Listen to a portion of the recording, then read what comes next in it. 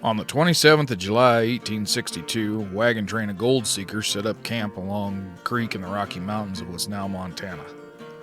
The area swarmed with grasshoppers, and the creek would come to bear the name of the insect. The next morning, the men took their pans and began to search the creek for gold. Little did the prospectors know, this was a day that would be marked in history. John White, Charlie Revel, and William Still would discover rich placer deposits along Grasshopper Creek. The Montana Gold Rush was about to begin. It would set in motion events that would lead to further warfare with the Native American tribes that called this land home. Join us as we begin our first episode of our series on Red Cloud's War, the Bozeman Trail. Well, every road I see leads away from me. You're listening to the Tales of the Trails podcast, produced by Duke Fraser Productions in association with the 11 Bang Bang YouTube channel. I'm your host, Duke Fraser. Saying, friend, come see what's round the bend. So is it any wonder that I roam? By September of 1862, as many as 70 miners were in operation at Grasshopper Creek. The diggings were proving rich, enough so that a train of 10 wagons bound for Deer Lodge stopped at the camp and unloaded their freight. With winter approaching, supplies were desperately needed. 25 miners from the Grasshopper Creek diggings would proceed to Salt Lake City later that month to bring in more supplies for the winter. It was estimated that the miners would recover $700,000 in gold before freezing temperatures shut down mining for the winter. The men turned their attention toward building cabins. The little camp on Grasshopper Creek would become known as Bannock City, named for the local Bannock tribe. Two of the miners that would spend the winter at Grasshopper diggings were John Jacobs and John Bozeman. As they waited out the cold of winter, they began to think of finding a shorter way to the gold fields. They felt that there could be a way to the east, skirting the Bighorn Mountains and connecting with the Oregon Trail somewhere along the Platte. It would mean cutting hundreds of miles of travel, but would come at a cost. The country they planned to explore was prime hunting grounds claimed by the Crow, Lakota, Cheyenne, Arapaho, and they wouldn't give it up without a fight. The trail to the Montana goldfields required miners to cross the Continental Divide twice. Following the Oregon Trail, miners would cross the divide at South Pass. After reaching Fort Hall, the trail to the goldfields turned northward, and the miners would have to cross the divide again, this time in more rugged mountainous country before reaching the diggings. It was a long journey, but by January of 1863, the population of Bannock City had swelled to about 500 souls. As the spring of 1863 arrived, the diggings resumed. Curious about the possibility of finding another rich strike, a party of 14 miners led by James Stewart set out east on the 9th of April in hopes of finding more of the precious metal. Several weeks behind them were John Jacobs and John Bozeman, along with Jacobs' young mixed-blood daughter. John Jacobs was an older and experienced mountain man who knew the western country well. Bozeman was a young man of 25 years who had come west 2 years earlier to try his hand in the Colorado goldfields, leaving behind his wife and 3 children. His father had set the example, leaving Bozeman's mother and his 4 siblings behind in 1852 to find fortune in California. Bozeman's father would die at sea shortly after crossing the Isthmus of Panama. It's not clear where Bozeman got the idea to find a shorter route, but with Jacob's knowledge and Bozeman's cunning, they set out to find the route, and then to profit off those who would follow them back. Discovering the route would not prove easy. While most people today think of a trail as a paved path that leads from one point to another, trails in the 1800s were general routes that needed to have good places for grass and water along the way. They also needed to be able to accommodate wagon travel. While horses and mules alone could cross more rugged country, wagons needed more gentle slopes, or take the risk of tipping over or otherwise being damaged beyond use. The foothills of the Bighorn Mountains proved to have good grass, plenty of streams for good water, and gentle slopes for wagons to travel.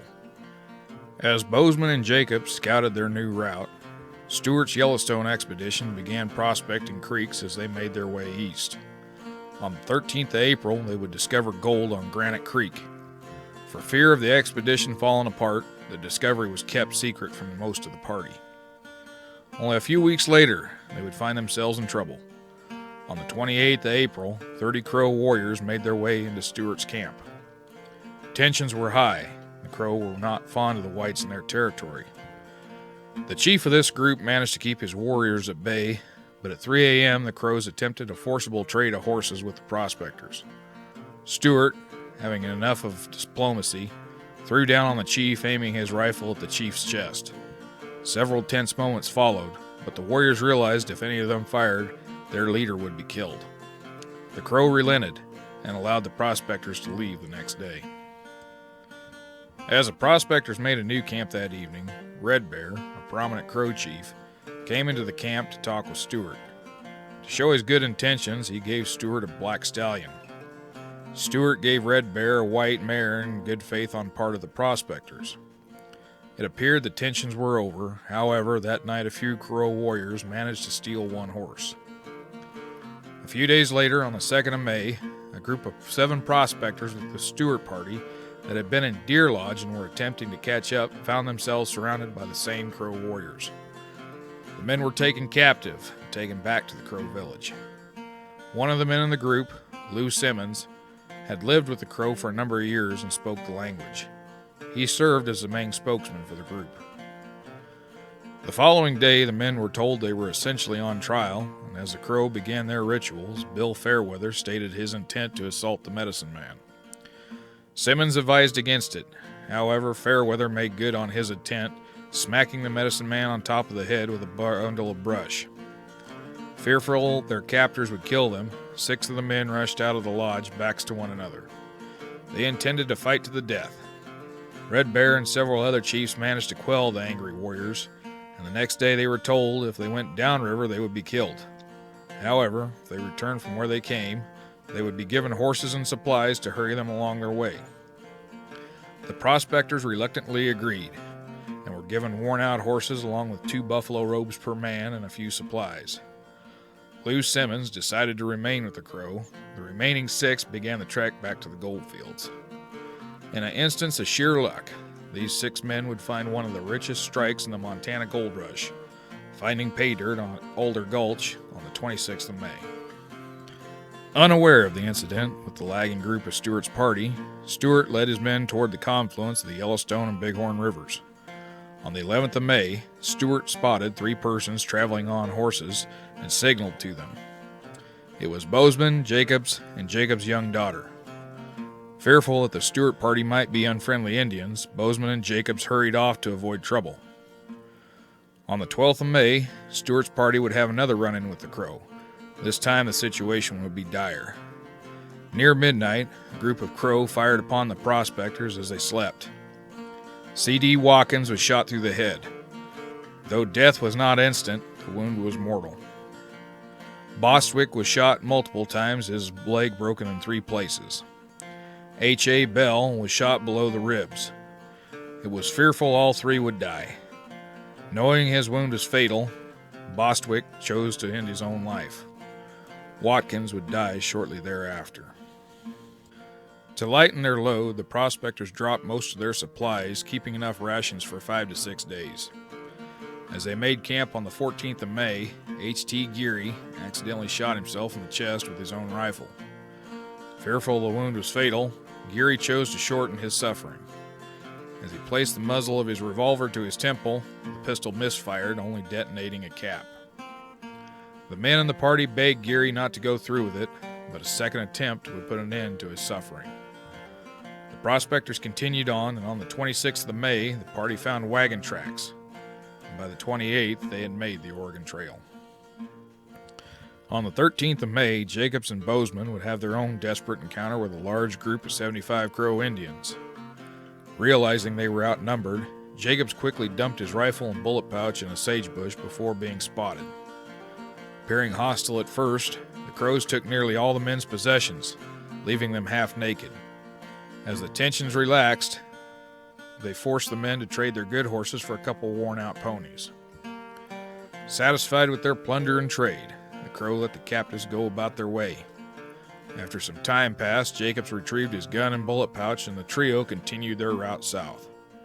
They would arrive at Deer Creek Station, getting there as fast as the nearly dead animals could carry them.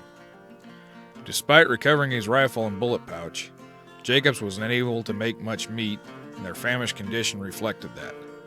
But despite the close call, Jacobs and Bozeman were advertising the shorter route by the end of June. In short order, Bozeman was able to gather up a train of 46 wagons. They left Deer Creek Station on the 6th of July, 1863, guided by John Jacobs and Rafael Gallegos. The group covered nearly 150 miles when they were met by a large group of Cheyenne and Lakota warriors on Rock Creek. The warriors warned them to turn back or be killed. Word was sent back to Fort Laramie requesting military escort.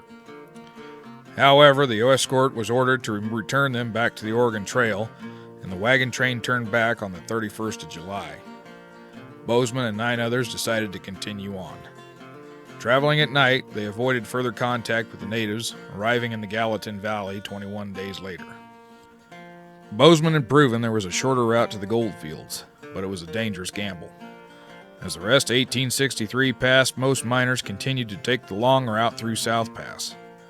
As more people flocked to the diggings, the peaceful little gold camps began to get rowdy, and before long, road agents began to plague the Gallatin Valley. A vigilante group was formed, and outlaws and perceived outlaws met their so-called justice at the end of a rope. By February of 1864, 22 men had been hung. On the 26th of May, 1864, President Lincoln would sign a bill creating the new Montana Territory. A few days later, Lincoln would appoint Sidney Edgerton as a territorial governor. Edgerton would select Bannock City as the capital. While Congress had been discussing the establishment of the new territory, famed mountain man Jim Bridger set out to find another trail to the goldfields. This trail would cross the southern end of the Bighorn Mountains and cross the Bighorn Basin, connecting the Bozeman Trail at Clark's Fork near the Yellowstone River. This route held less water and forage for livestock, but nearly eliminated the likelihood of being attacked by the natives. Jim Bridger would lead a wagon train of 62 wagons from Red Buttes near Fort Casper along this new route. The wagon train had left Denver on the 1st of May, and by the 8th of July they were camped on Madison River. John Jacobs would also lead a wagon train to Montana, this time following on Bridger's heels. Despite having piloted the Bozeman Trail, Jacobs had realized it was better to chance dead livestock on the Bridger route than to chance dead people on the Bozeman. Despite the danger, some trains did take the Bozeman Trail in the summer of 1864. The Townsend train was one of them. The Townsend train had left North Platte on the 29th of June and began trekking north through the Powder River country. On the 7th of July, they were approached by a group of natives that stated they didn't want to fight, they only wanted something to eat. The travelers fed their guests, who said they were Cheyenne. One of the travelers decided to return to the previous camp for a reason lost to time, and when 7 others ventured out to look for him, they were attacked by a large party of warriors. One of the 7 took an arrow. The men fought their way back to the wagons, which were circled up. A fight lasting 5 hours ensued. 2 men would be killed, and 2 others would turn up missing. After the train resumed its travel, they came across a Crow village. The Crow were friendlier this time, asking for provisions. They also asked the train to stay out of their country because they scared away the game. On the 19th of August, the Townsend train would arrive at a group of cabins, the beginnings of Bozeman City. John Bozeman would himself lead a wagon train on his trail in the summer of 1864. He had been lucky the year before. The wagon train had been turned back by the natives instead of being attacked. Bozeman pushed his luck once again, this time leading the train to the Gallatin Valley with little incident. Jim Bridger would lead a second wagon train along his trail to Montana in September of 1864. The first train had traveled the trail with little difficulty, but the second would not be so lucky. Grass was more scarce as it had been grazed off by Bridger and Jacobs trains earlier in the year. Water was harder to find, and that they did find was often alkaline. John Owen, also known as Major Owen, who had been in the West for 14 years operating a trading post and exploring the country, had joined with Bridger, bringing along 3 wagons of freight. Before the train had finished crossing the Bighorn Basin, Owen's oxen had give out. He would not arrive at his trading post, Fort Owen, until the 12th of February, 1865. Though the Bridger Trail had proven to be a route safe from the attacks by the natives, it proved to be so desolate of grass and water to be a viable option. It would not see another wagon train after 1864. The influx of people into Montana in 1864 would lead to further problems by early 1865. The first newspaper printed in the Montana Territory, the Montana Post, would publish its first edition on the 27th of August. In September, it would run an article on possible coming food shortage. On the 3rd of December, the news was the wagon traffic had stopped from the Salt Lake. Food that was in short supply could not be replenished until the spring. The hungry winter was about to begin. As the Civil War was beginning to draw to a close in early 1865, the people of Montana seemed unconcerned. Riots had occurred in many of the mining towns. The price of flour was extravagant and continued to rise. On April 22nd, the Montana Post would publish news about Lee's surrender. It only included 9 lines. What the paper focused on more was the price gouging by local merchants. A sack of flour weighing 100 pounds that had cost $15 in the East was selling for $100 in Montana. By May, freight wagons loaded with food began to arrive, and by the end of the month, the price of flour had dropped back down to $15 a sack. While people continued to use the Bozeman Trail in 1865 and 1866, tensions on the plains would finally reach a breaking point. On the 29th of November, 1864, Colonel John M. Shivington attacked a village of peaceful Southern Cheyenne and Arapaho under Black Kettle at Sand Creek. This unprovoked massacre would lead to fierce warfare in 1865. The fight for the Powder River country was about to begin.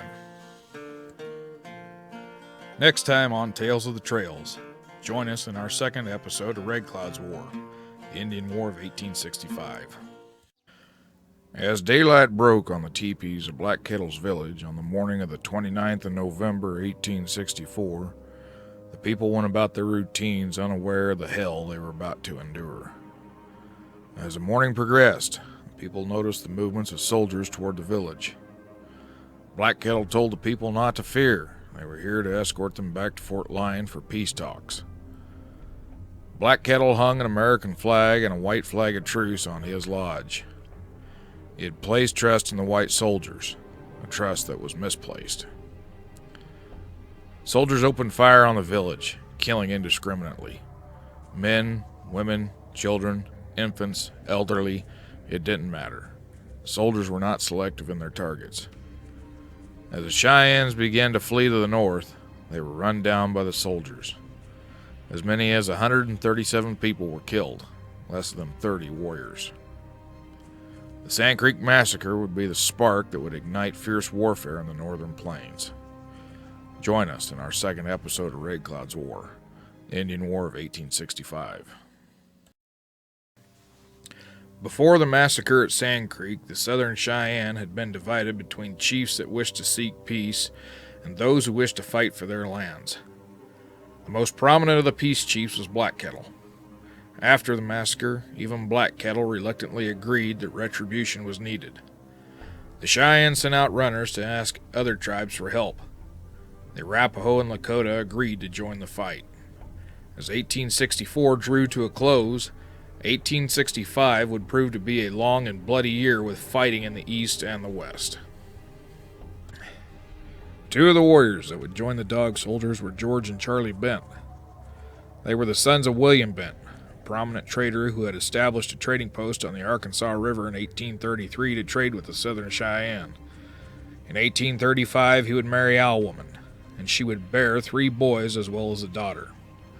Robert Bent, the eldest, had taken part in his father's trading business and had no interest in fighting in the Civil War. George would join the Confederacy with the Missouri State Guard and serve as an artilleryman. Charlie was too young to join the fight. Brother Charlie and sister Julia would remain with their Cheyenne family. George was captured very early in the war and with help of his father's influence was paroled to his brother Robert's custody. George would join Charlie and Julia with the Cheyenne.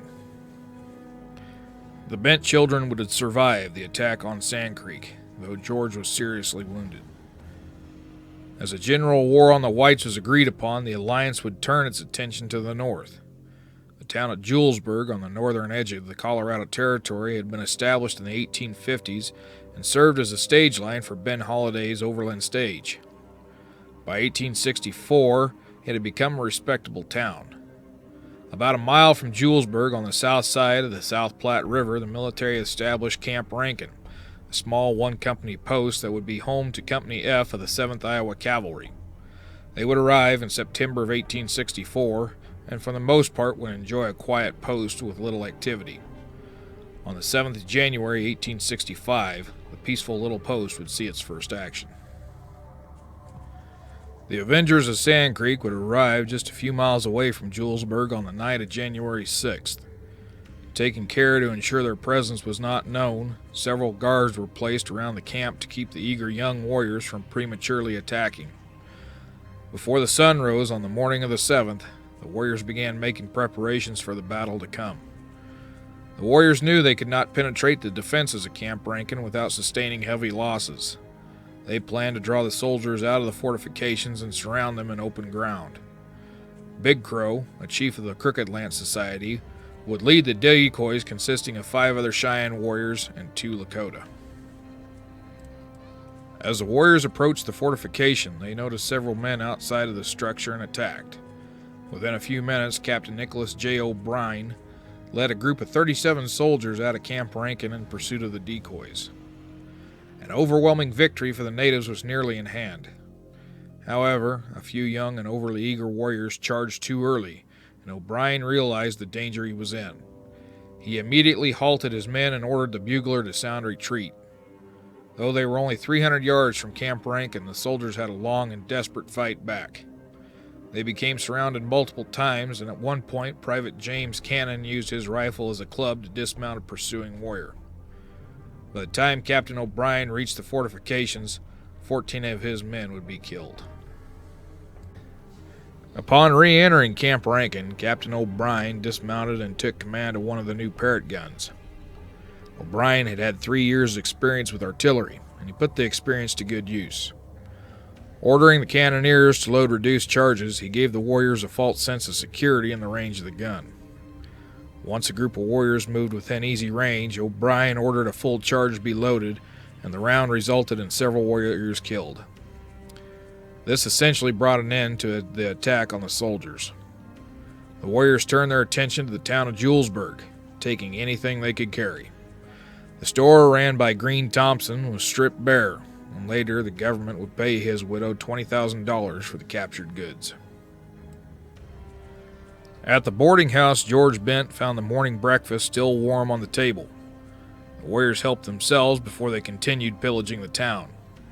As they rummaged through the mail bags at the stage station, the Bents found a new major's uniform, which they took.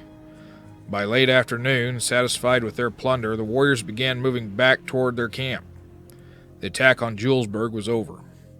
In addition to the 14 soldiers killed in the morning, 5 civilians would also die in the attack. Julesburg was not the only action to take place on the 7th of January. Halfway to Valley Station, a wagon load of passengers from American Ranch was attacked by a force of an estimated 40 to 70 warriors.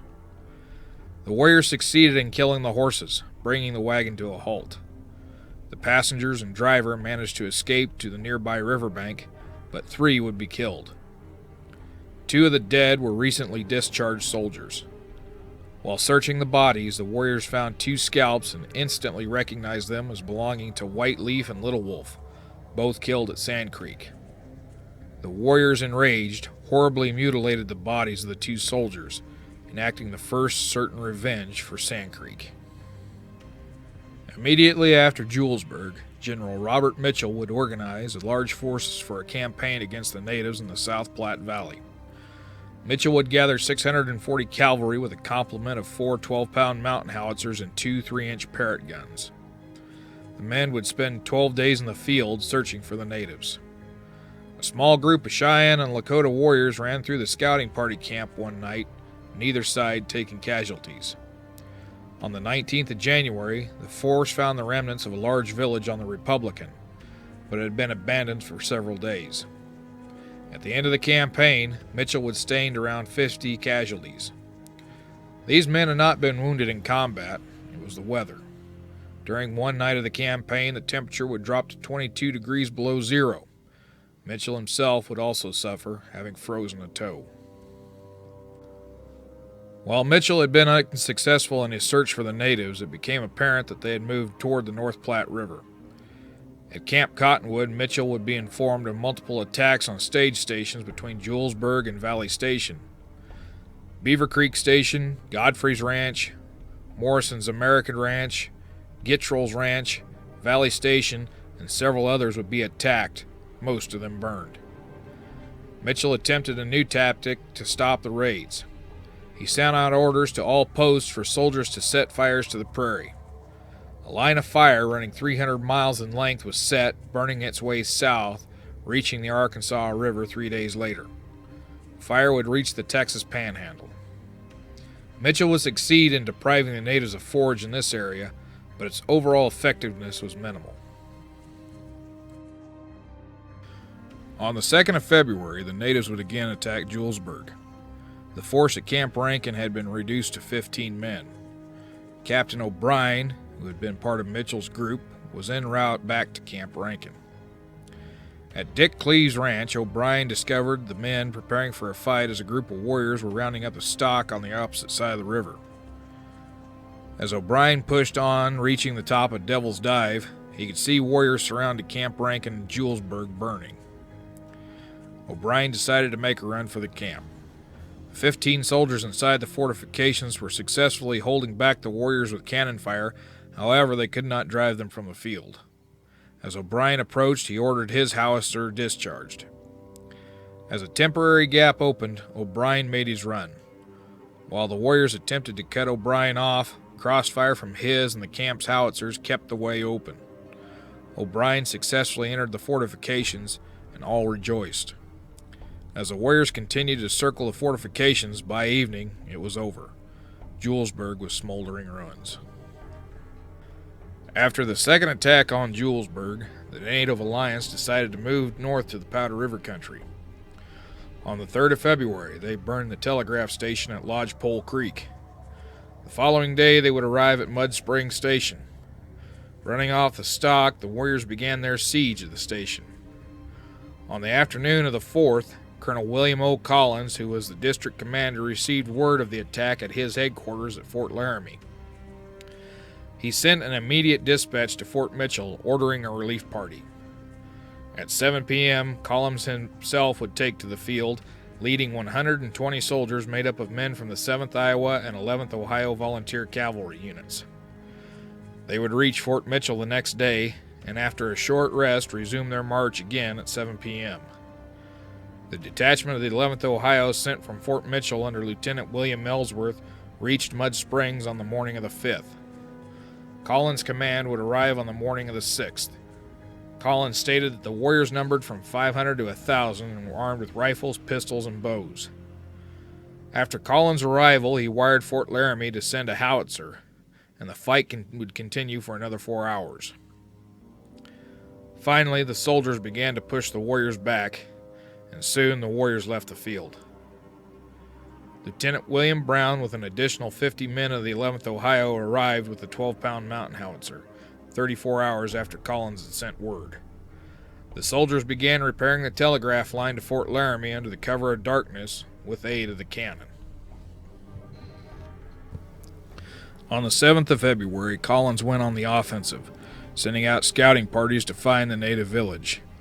It became apparent that they were in the vicinity of Rush Creek. Collins formed his command of 185 men into 4 squadrons. At Rock Creek Springs, scouts found the remnants of a camp. Strewn upon the ground were empty food cans and the carcasses of 100 cattle that had been slaughtered. As the soldiers reached the mouth of Rush Creek on the 8th, they found warriors grazing stock on the north bank of the Platte. Soon, an estimated 2,000 warriors lined the hills. The warriors charged the soldiers, attempting to surround them on all sides. Canister shot from howitzers slowed the charge, but the warriors quickly regrouped.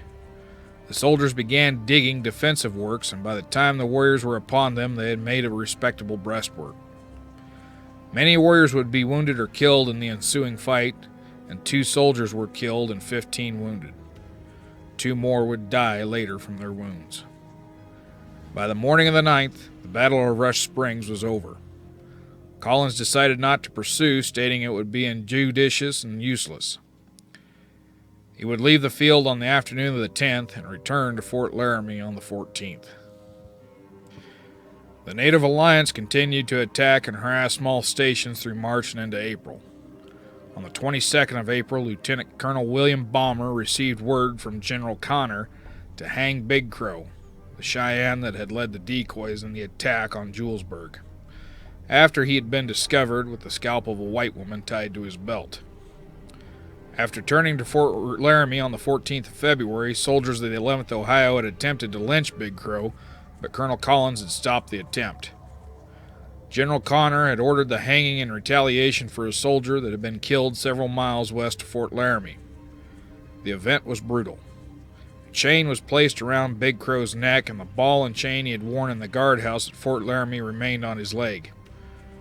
Connor had ordered that the body be left suspended after the hanging. On the 3rd of May, Colonel Thomas Moonlight led a force of 500 cavalry west from Fort Laramie in an attempt to find a Cheyenne camp believed to be camped near the Wind River. They would arrive on the 12th of May, but famed mountain man Jim Bridger, who had been hired as a scout for the expedition, could find no sign of the encampment. Moonlight would return to Fort Laramie having nothing to show. Cheyenne and Lakota warriors followed behind Moonlight's return, attacking stations along the progression. Moonlight arrived at Fort Laramie on the 23rd of May. On the 26th, he ordered Two-Face and Blackfoot, members of the Oglala tribe of the Lakota, to be hanged. Two-Face had been captured on the 15th of May. Among his band was Mrs. Lucinda Eubank. She had been captured by the Cheyenne in August of 1864. Two-Face had purchased Mrs. Eubank from a Cheyenne. On the 24th of May, soldiers captured Blackfoot from an information provided by Mrs. Eubank. Moonlight decided from informants that Blackfoot was involved at Mud Springs battle and that Two-Face had been involved in the capture of Mrs. Eubank. At 1:30 on the 26th of May, the 2 men were taken to a new scaffold built next to the one that still held the body of Big Crow and were hung by chains. As May turned into June, the Army made little progress. Warriors continued to attack and harass stations all along the Oregon Trail. While the Army struggled with the defenses of ranches, stations, and telegraph line along the trail, command turned their attention toward friendly natives that did not wish to participate in the fight. Referred to as the Laramie Loafers, approximately 1,500 Lakota of the Brule and Oglalas lived next to or in the vicinity of Fort Laramie. In the early part of June, Secretary of War Edwin Stanton ordered the peaceful natives to be relocated to Fort Kearny in Nebraska. An escort of 135 7th Iowa Cavalry soldiers under the command of Captain William Fouts joined the natives as they began their trek east. When the group arrived at Horse Creek, some 40 miles east of Fort Laramie, the natives held a secret council. They did not wish to live at Fort Kearny, which was near their enemies, the Pawnee. As the soldiers began marching the next morning, the natives did not immediately follow. As Fouts investigated the issue, he found the natives in a quarrel between those that did not wish to escape and those that wanted to return north to the Black Hills. When the march had begun, Fouts had allowed the natives to keep their weapons. It was a mistake that would cost him his life. As the quarrel progressed, White Thunder, a chief of the Brule, fired his weapon at Fouts, hitting him in the head and chest, killing him instantly. Standing Elk and several other chiefs who wished to sue for peace were also killed. As the 7th Iowa came to the rescue of their captain, the natives made a fierce charge that forced the soldiers to take positions among the wagons. Lieutenant John Wilcox quickly discovered that Captain Fouts had also denied the rear guard cartridges as to prevent incident during the escort. By the time Wilcox organized his troops, the natives were crossing the North Platte River. A skirmish ensued. 30 natives were killed crossing the river. Wilcox ordered the men not to pursue the natives across the river. Instead, they returned to find Fout's body, which had been mutilated with a pickaxe. 4 troopers had been killed and 4 others wounded. Lieutenant Wilcox gathered the men, along with the whites with native families, and all returned to Fort Laramie. On the 14th of June, Colonel Moonlight learned of the events at Horse Creek. Determined to recapture the natives, he gathered a force of 234 men of mixed California, Ohio, and Kansas cavalry units and pursued them across the North Platte. 3 days later, at Dead Man's Fork of Hat Creek, 200 warriors charged on Moonlight's men. Moonlight had ordered the men to dismount and unsaddle their horses to rest. The warriors stampeded through the column, stealing all the horses. Moonlight was forced to return to Fort Laramie on foot. When General Connor learned of Moonlight's embarrassment, he acted quickly and on the 20th of June wrote to General Dodge that Moonlight had been relieved of command. General Connor would move his headquarters to Fort Laramie so that he could prepare a large-scale offensive operation. While he began organization, officials in Washington announced their desires to seek peace. The Civil War having come to a close, the country was in economic turmoil, and it could not afford to fight a war in the West. Despite this, Connor would organize a force of 2,500 men divided into 3 commands. They would be led by Connor, Colonel Samuel Walker, and Colonel Nelson Cole. As Connor was making the final preparations for his campaign toward the end of July, the Native Alliance made a large attack at Platte Bridge Station. Old Man Afraid of His Horses, Young Man Afraid of His Horses, and Red Cloud led the Lakota. Dull Knife, White Bull, and Roman Nose led the Cheyenne. As they had done before, the natives attempted to decoy the soldiers from the post, leading them to an ambush. On July 25th, soldiers at Platte Bridge Station noticed approximately 20 warriors on the hills north of the river. A detachment of 11th Kansas Cavalry crossed the river to drive them off. When the pursuers had chased the warriors 3 miles from the bridge, it became apparent that they were riding into an ambush. About the same time, they received orders to return to the station. Another large body of warriors had been spotted on the south side of the river to the east. The men turned their mounts and fell back, and all returned. Around 4 p.m., a mail ambulance arrived with Lieutenant Casper Collins. Lieutenant Collins was the son of William O. Collins, commander at Fort Laramie. A detachment of 30 men under Captain Greer arrived shortly thereafter. The soldiers managed to drive the attackers back for the evening. During an inspection of arms, it was found that there were less than 20 shots per man among the soldiers. A 12-pound mountain howitzer had 48 rounds. As the sun rose on the morning of the 26th, a 10-man detachment arrived at the station. They informed Major Anderson that Sergeant Amos Custard was heading for the post with a wagon train and asked permission to go escort him in. Major Anderson felt it was unnecessary. The force at the post now consisted of 87 men of the 11th Kansas Cavalry, 14 of the 3rd U.S. Infantry, and 14 of the 11th Ohio Cavalry. In total, there were 7 officers and 113 troopers. Lieutenant Henry Brentley again offered to go and retrieve Sergeant Custard with 75 men and a howitzer. Major Anderson again said no, but agreed to send 20 men. There were no volunteers. Finally, Lieutenant Collins volunteered to go if given more men. At 7:30 a.m., Collins left the post with a detachment of 25 men. When Collins had proceeded half a mile from the bridge, he spotted 2 warriors attempting to cut the telegraph wires. He ordered an immediate charge. 400 dog soldiers descended on Collins and his men. Realizing his dire situation, Collins turned back, his only hope being to reach the bridge. The ensuing fight was fierce. Many of the warriors, being in such great number, had chosen not to use firearms so as to not to hit their own. Spears, clubs, tomahawks, and sabers are what they carried into this fight. This likely saved Collins' command from being wiped out. Despite the limited use of guns, Collins would suffer a bullet to the hip. As the soldiers made their run, one of them had their horse shot from underneath them. Collins turned to help this soldier. It would be his last action. An arrow would embed itself in Collins' forehead, killing the young lieutenant. All but 4 of Collins' detachment made it safely back to the bridge. The main battle was over, lasting less than an hour. The Cheyenne and Lakota continued to try and lure the soldiers into a trap for another hour, but the soldiers refused to leave the station. The warriors gave up trying to lure the soldiers out, and instead turned their attention to Sergeant Custer's wagon train.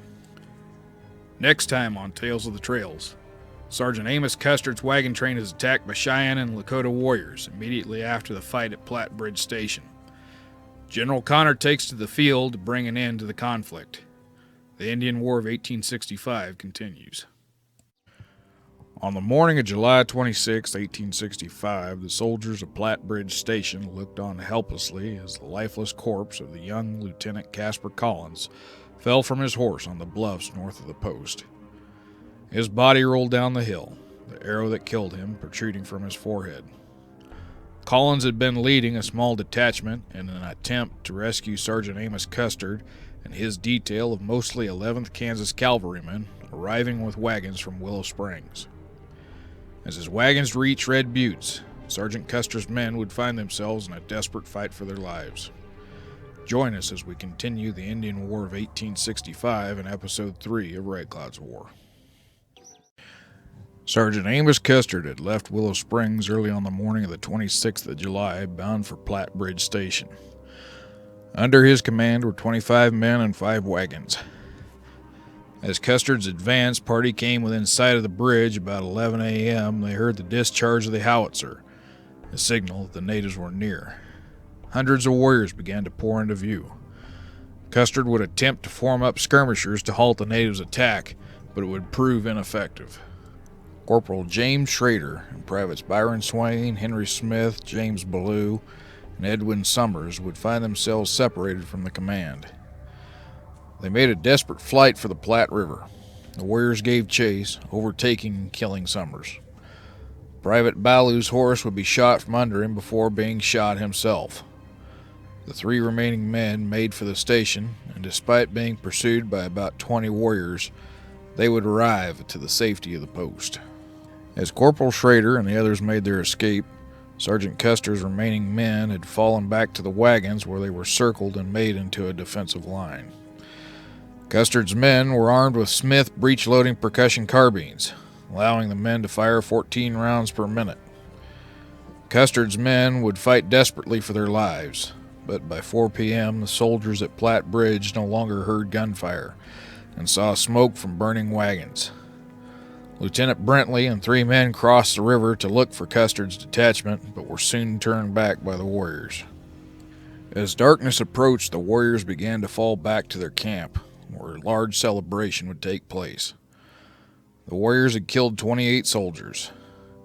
Estimates of warriors killed ranged from 8 to over 200.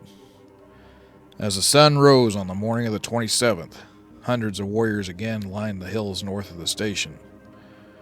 The warriors would destroy 5 miles of telegraph line before dispersing from the field. The Battle of Platte Bridge Station was over. Search parties were organized to find the fallen soldiers. Casper Collins' body was almost unrecognizable. His heart, brains, and bowels had been taken from his body, and his feet and hands had been amputated.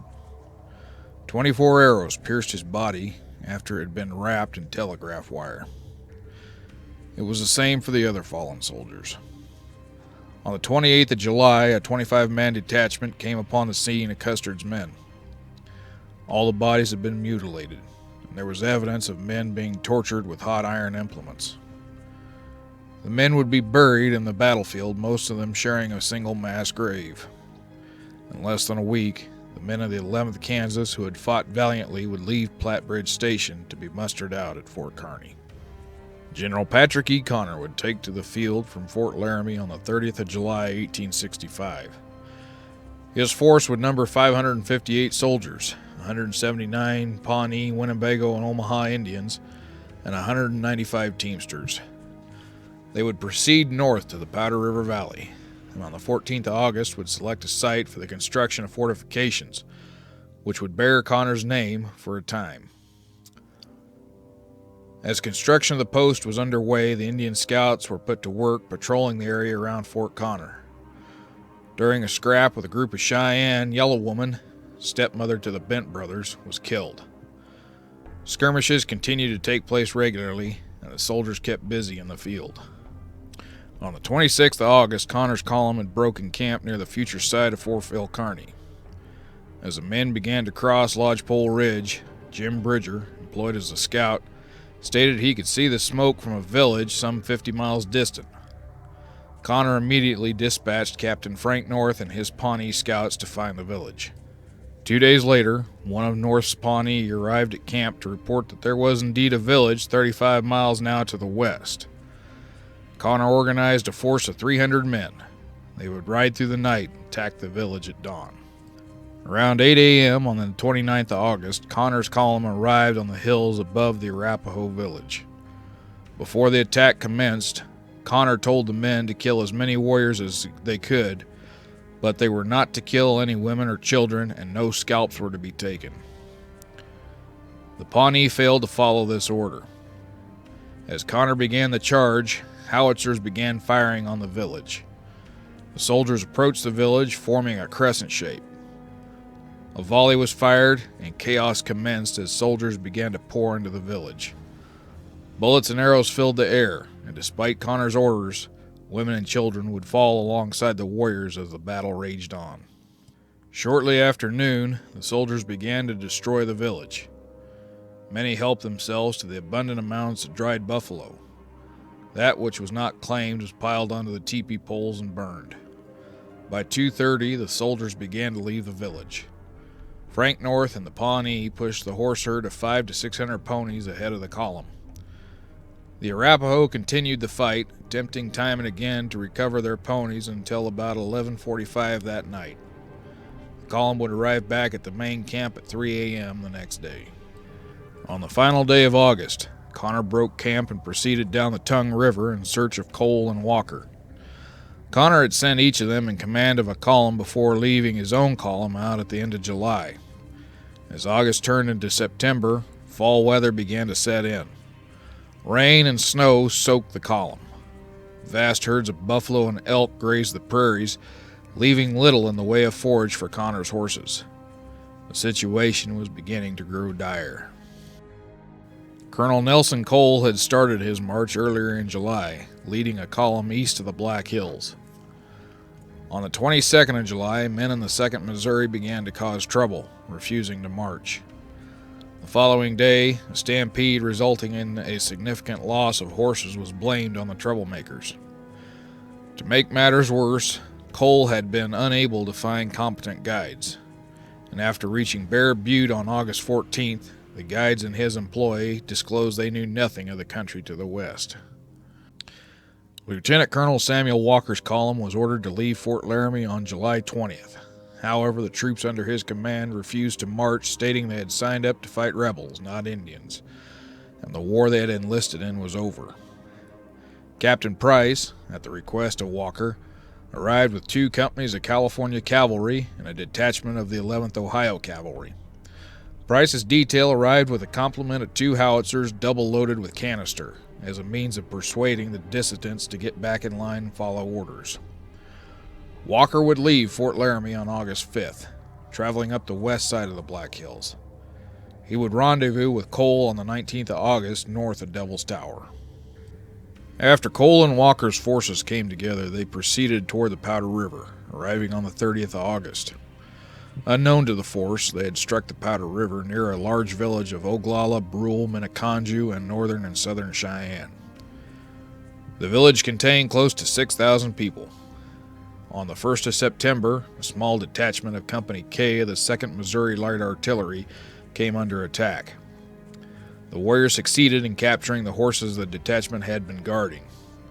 The small skirmish would turn into a battle, with Cole estimating the warriors' number between 400 and 500. After the fight on the 1st of September, Cole and Walker's columns would also face the onset of changing weather, and on the 3rd of September decided to march back to Fort Laramie.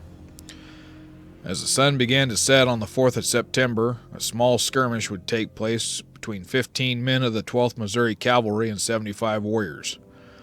Fighting would continue the following day, with the 12th Missouri Cavalry and the 2nd Missouri Light Artillery holding their positions for 3 hours as warriors harassed the troops. At 8 a.m., the Cheyenne and Lakota made a massive charge, with with a wave of 1,000 warriors charging the line of soldiers. The charge was a disaster, as the 3-inch artillery guns proved effective in stopping the charge. By 10 a.m., the warriors had given up the fight. Cole would estimate that 200 to 600 warriors were wounded or killed in the fight. Cole would move his troops further up the Powder, and on the 8th of September would again face a large engagement. The advance guard of 25 men of the 16th Kansas Cavalry were a mile ahead of the column when they were suddenly surrounded by hundreds of warriors. The men fell back, losing one man in the fight. Walker formed a skirmish line and began moving the warriors back. A hunting party that had left camp earlier in the morning also fell under attack and were rescued by Captain Boardman. The Battle of the 8th of September would involve between 3,000 to 4,000 warriors, making it one of the largest engagements to ever take place in the Northern Plains. Lieutenant Charles Springer would say that they were thicker than fiddlers in hell. The soldiers would successfully push the warriors back. Despite being an engagement with such large forces, Cole noted that the warriors did not fight with the same vigor as in the previous days. As the warriors left the field, another winter storm descended upon the troops and would kill 414 horses. As animals died, troops were forced to abandon equipment and supplies. On the 15th of September, Connor's scouts would discover Cole and Walker's commands in desperate condition. Connor gave the men orders to proceed to Fort Connor. They would make camp 5 miles away on the 20th of September. As Connor was preparing to reorganize Cole and Walker's men for another offensive operation, he received orders to cease the campaign. Connor would return to Fort Connor on the 26th of September and proceed to Fort Laramie a few days later. Connor's Powder River campaign ended in disaster. As the volunteer troops began mustering out, warriors resumed their attacks, leaving a trail of destruction once again along the Platte in late October. The attacks would continue through November, with troops scrambling to stop the raids. As the winter set in, the fighting season would come to a close. Then, on the 29th of December, a small glimmer of hope would present itself to Colonel Henry Maynadier, the new commander at Fort Laramie. Red Cloud had sent word to the colonel expressing friendship and wanting to seek peace. The end of the conflict seemed to be on the horizon. Next time on Tales of the Trails, the government sends peace delegations to negotiate peace and safe travel of the Bozeman Trail, while the military sends soldiers to establish forts along it. Join us in the next episode of Red Cloud's War, the Peace Treaty of 1866.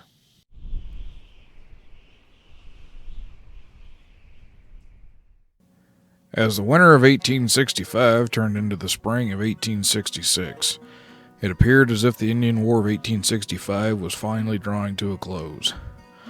On the 29th of December 1865, Colonel Henry Maynadier had sent word that Red Cloud had made an offer of peace and friendship, welcoming signal to the end of the fighting. On the 1st of March 1866, soldiers at Fort Laramie observed a large group of Brules under Standing Elk approach with a flag of truce.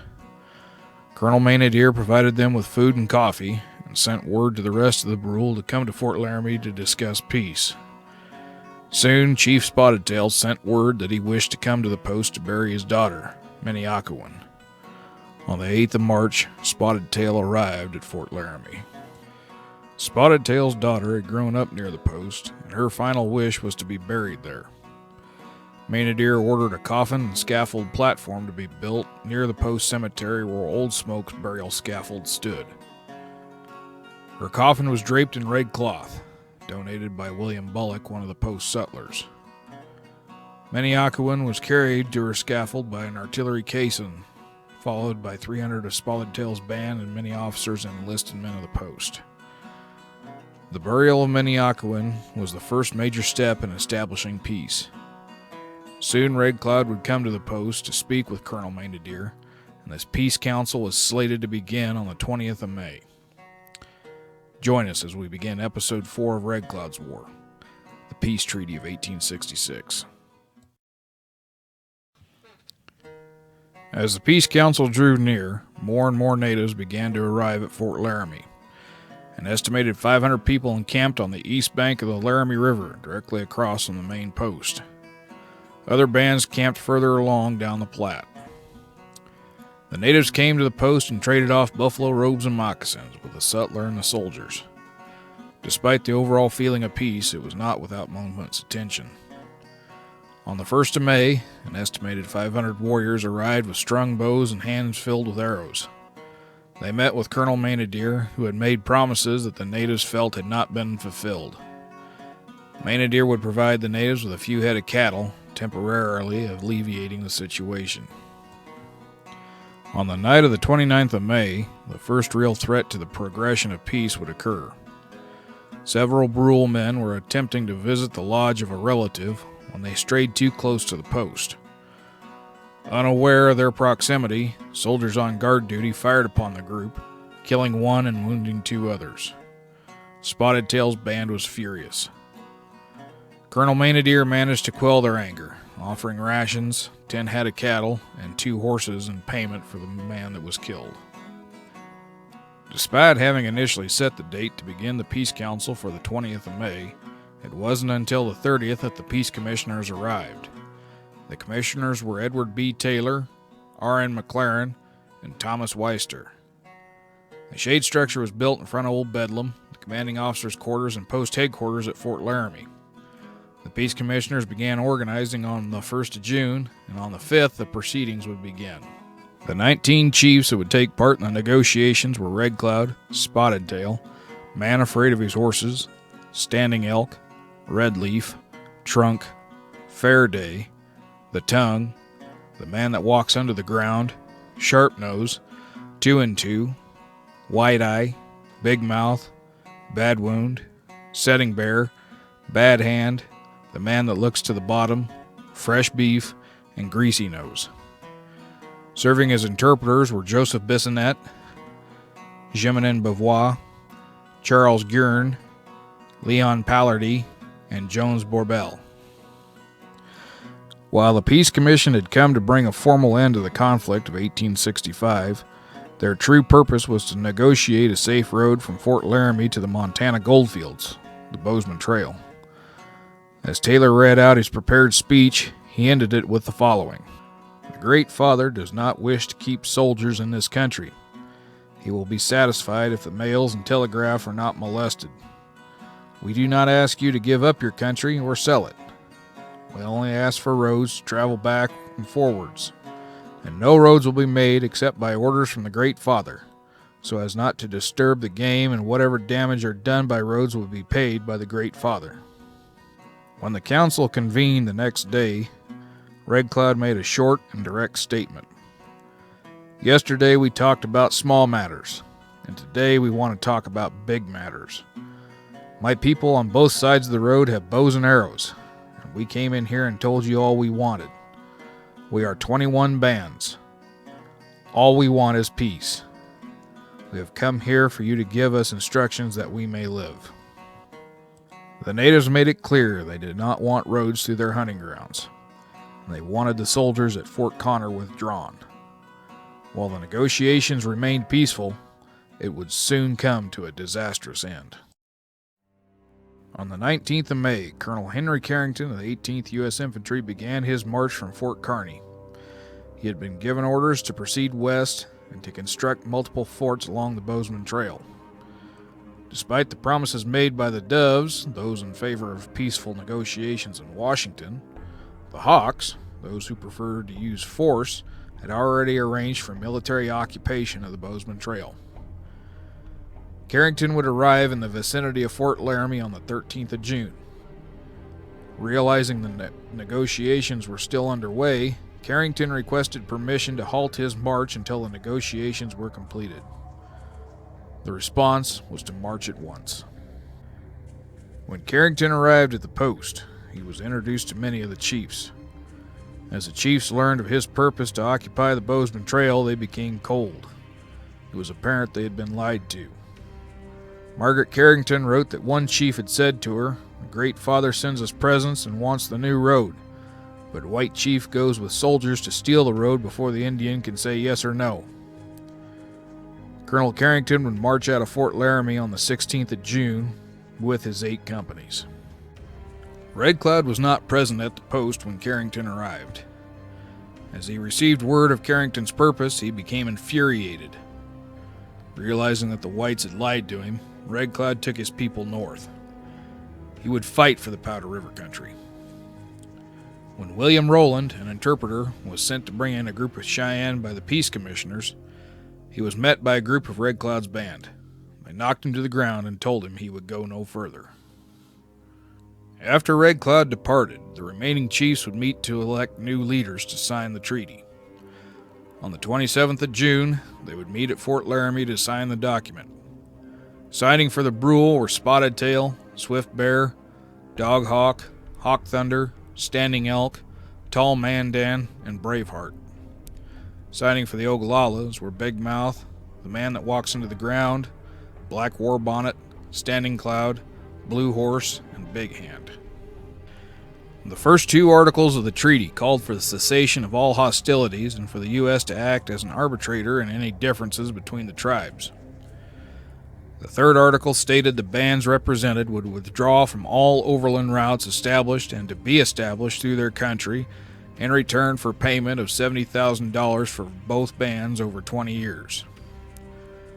The Cheyenne chiefs Cut Nose, Soldier, Big Wolf, War Shield, Bad Spotted Horse, the Shaved White Man, Horse Road, Bob, and Elk That Halts would sign a similar treaty with compensation of $15,000. Article 4 would provide for farming incentives, Article 5 provided restitution for violations of the treaty, and Article 6 established the process for distribution of annuities. On the 29th of June, Taylor would send a telegraph stating the treaty had been established. The commissioners left Fort Laramie on the 2nd of July. While Taylor reported that the treaty was successful and all had parted with cordial feelings, it was already apparent that it had been a waste of time. Jim Bridger shared in the general sentiment of many, stating, "The chiefs who signed the treaty and the Indians who received the principal portion of the presents were Laramie loafers and road beggars, a class of Indians who hang around Fort Laramie and gain their living by begging and stealing." He also stated that the treaty would not amount to anything, but that all Indians wanted was to receive presents and procure a supply of powder and lead, and then they would take the warpath and would plunder trains and murder immigrants going over the road. While Taylor had succeeded in getting the treaty signed, it was signed by those who did not occupy the territory along the Bozeman Trail. By the time that Spotted Tail, Swift Bear, and Standing Elk had reached the Republican River, all the young warriors of their bands had headed north, leaving the chiefs with only 10 lodges of mostly older women and men. The commissioners had failed in their efforts, and the hope for peace was gone. As Carrington continued his march north, he wrote to his superiors in the Department of the Platte reminding them of his need of supplies. When he had reached Fort Laramie, he had been told there was ample ammunition for his troops. He quickly discovered that the post only had 1,000 rounds of .58 caliber musket ammunition available to him. When he reached Fort Reno, formerly Fort Connor, he found an additional 36,000 rounds. This gave him a total of 60,000 rounds for 8 companies of soldiers. The average company consisting of 100 men, equaling out to an average of 75 rounds per man. On the 30th of June, it would become apparent to Carrington that the peace treaty had failed. 5 Lakota warriors, along with a woman and a boy, would run off the stock of post-sutler Alfred Layton. Soldiers were scrambled to recover the stock, but returned with just an Indian pony loaded with goods issued at the peace negotiations at Fort Laramie. On the 2nd of July, warriors would attack a wagon train at Buffalo Springs, killing 1. Warriors would kill 2 civilians and run off the stock near Fort Reno on that same day. Carrington would resume his march north on July 9th. During the march, 4 deserters who had left in the cover of darkness returned to the column. They had been discovered by warriors and were granted their freedom in order to carry a message to Carrington. Turn back now or suffer the consequences. Carrington would ignore the warning. On the 13th of July, Carrington would reach the Piney Fork of Clear Fork of the Powder River. After a day of surveying, he would choose a spot along the Big Piney to establish his headquarters, Fort Phil Kearny. Carrington felt that the location had sufficient grass, water, and timber available. On the 15th of July, Captain Tenador Tenike, a civil engineer prior to his military career, began the process of constructing Fort Phil Kearny. On the 16th of July, several Cheyenne chiefs arrived under a white flag of truce to talk with Carrington. Black Horse, Red Arm, Little Moon, Pretty Bear, the Rabbit that Jumps, the Wolf that Lies Down, the Man that Stands Alone on the Ground, Dull Knife, Bobtail, Dead White Leg, the Brave Soldier, and the Man that Strikes Hard told Carrington through interpreter Jack Stead that they wished to be friends with the whites and asked for protection. The Lakota had been pressuring them to join the fight. They stated that if Carrington would give them supplies, they would give Carrington 100 warriors to fight Red Cloud. Carrington refused the offer of warriors, but offered to help if they had trouble. The chiefs signed an agreement with Carrington stating they would leave the area and camp on the upper plateau of the Bighorn Mountains. Captain Henry Hayman, who had been left at Crazy Woman Fork to repair wagons with 4 companies, arrived as the Cheyenne chiefs began to leave. Hayman would make camp at the crossing of the Big Piney. The following morning at 5 o'clock, Lakota warriors would steal 174 horses. Hayman, along with his orderly and 25 mounted infantrymen, began an immediate pursuit of the warriors. The chase would last for 15 miles. When Hayman came face to face with 300 warriors. Hayman would withdraw, recovering about 100 head of the stolen stock. 2 soldiers and a teamster were killed in the skirmish. As Hayman returned, he was met by another column under Lieutenant John Adair. They would soon discover the plundered wagons of Indian trader Pierre Cazot, known as French Pete. Cazot and his 4 companions had been trading with the Cheyennes when a group of Lakota arrived. The Lakota plundered the wagons, stating that they would allow Cazot to live. The next day they returned and killed him and his companions. Hayman discovered Cazot's wife and 3 children near the wagons. Later that evening they found the mutilated bodies of the traitors. The soldiers would return to Fort Phil Kearny with the bodies of Henry Harrison, Cazot's business partner, and Joseph Donaldson, a former government teamster. The rest were buried where they were found. It was now clear to Carrington he would have to fight to maintain control of the Bozeman Trail. Red Cloud's War had begun. Next time on Tales of the Trails. As the soldiers begin construction of the stockade at Fort Phil Kearny, Red Cloud continues to harass the post. As 1866 begins to draw to a close, Captain William Judd Fetterman leads his troops into disaster. Join us in the next episode of Red Cloud's War, the Fetterman Fight. On the 20th of July, 1866, First Lieutenant George Templeton, along with 37 souls, began the journey from Fort Reno to Fort Phil Kearny. Under Templeton's command were 20 enlisted men and 9 government teamsters. The rest of the party consisted of other lieutenants, former soldiers, and several wives and children. Second Lieutenant Alexander Wands served as the quartermaster. Ridgway Glover, a photographer who had been sent to take pictures of the 1866 peace treaty proceedings, also joined the group. At noon on the 20th, Lieutenant Templeton and Lieutenant Daniels rode forward to find a camping spot for the party. As the men began to return toward the train, Daniels suddenly noticed they were being set upon by 50 to 60 warriors. Templeton and Daniels tried to make their escape, but Daniels would take an arrow to the back. Templeton faced a close pursuit, making the wagon train as it approached the crossing of the Crazy Woman's Fork. Lieutenant Wands immediately ordered the wagon circled and the party took up defensive positions. The fight on the Crazy Woman would only be a small taste of the fighting yet to come. Join us as we begin our 5th episode of Red Cloud's War, the Fetterman Fight. The fight on the Crazy Woman would last until dark on the 20th of July. During that time, warriors would continue to harass the soldiers and civilians inside. The wagons were riddled with bullet holes and arrows. Fearing that they would be slain, Lieutenant Wands decided to redeploy the wagon train to a better position a mile away. Placing the women and children in a wagon with mattresses tied to the sideboards for added protection, the party began its move. Lieutenant Henry Link, taking one of the 2 Henry repeaters with the group, managed to snipe a chief giving the signals on a nearby hill. This created confusion amongst the warriors, giving the party an added advantage as they moved positions. Lieutenant Link, along with 12 enlisted men, charged the hill and forced the natives to retreat. As the party reached their destination, they formed a more compact circle, and the men immediately began digging rifle pits. With only 7 rounds per man, the defenders feared a night attack. They placed a rope around the corral as a means of slowing down the attackers. As night approached, Chaplain White and enlisted man William Wallace slipped away to Fort Reno to bring word of the fight and rescue for their companions.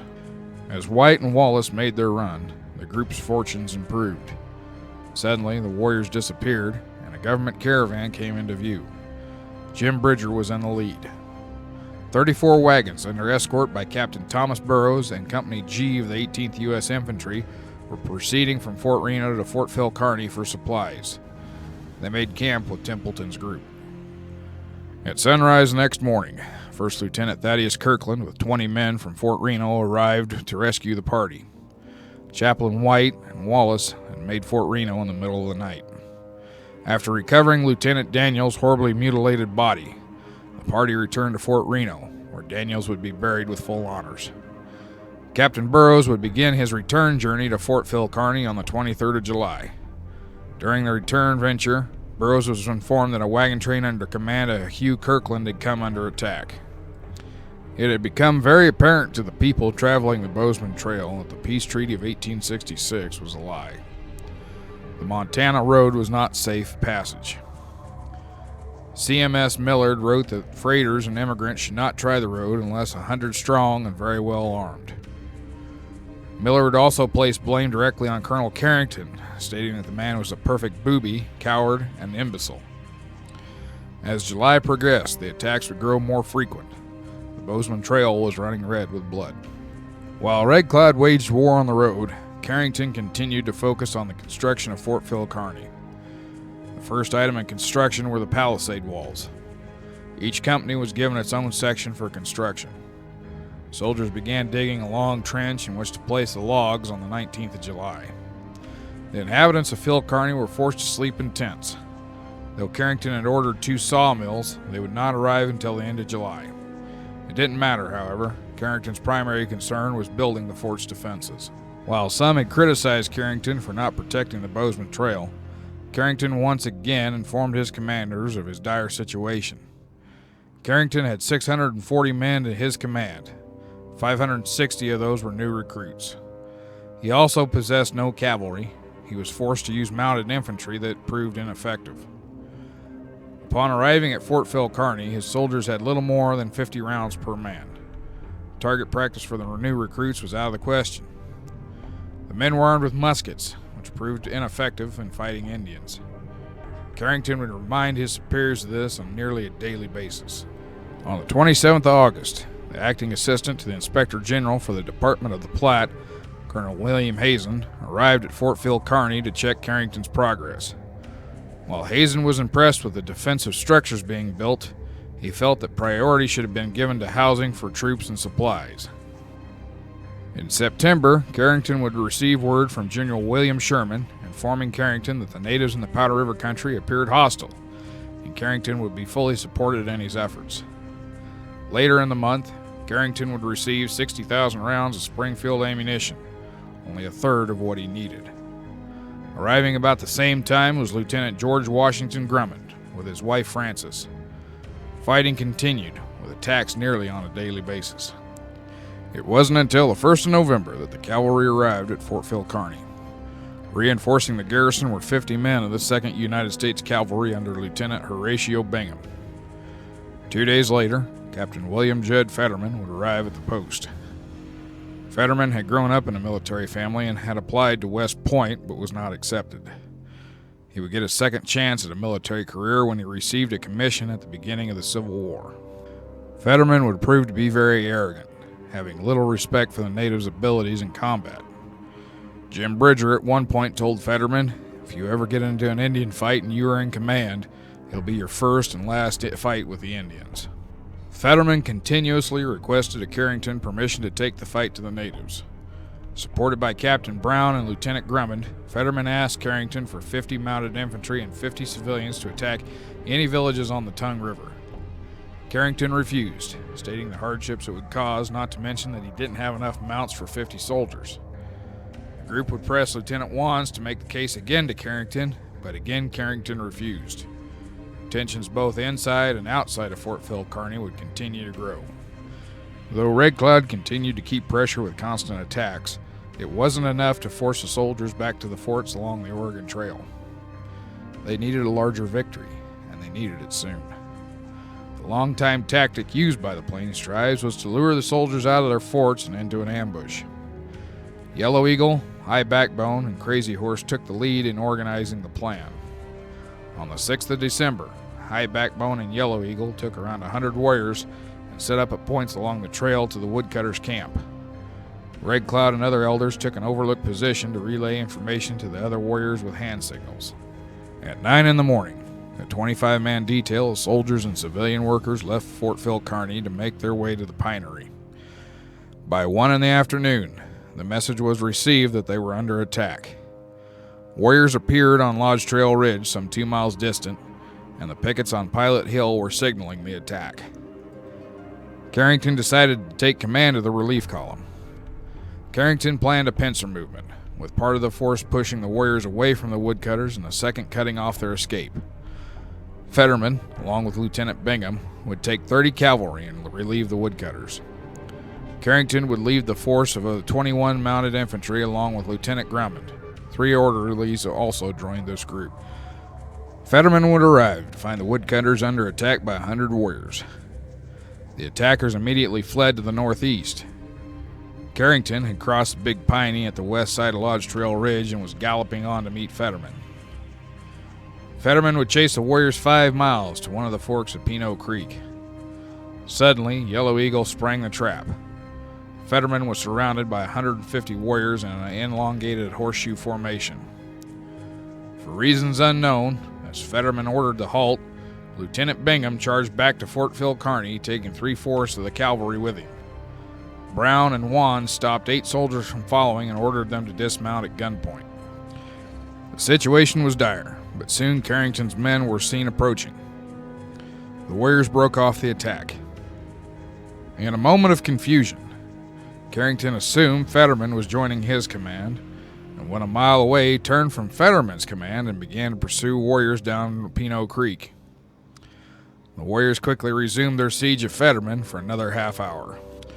As Carrington continued pursuit, Lieutenant Grummond and Lieutenant Bingham, who had joined with Grummond after falling back from Fetterman's position, broke off from the main body to pursue a group of 30 warriors.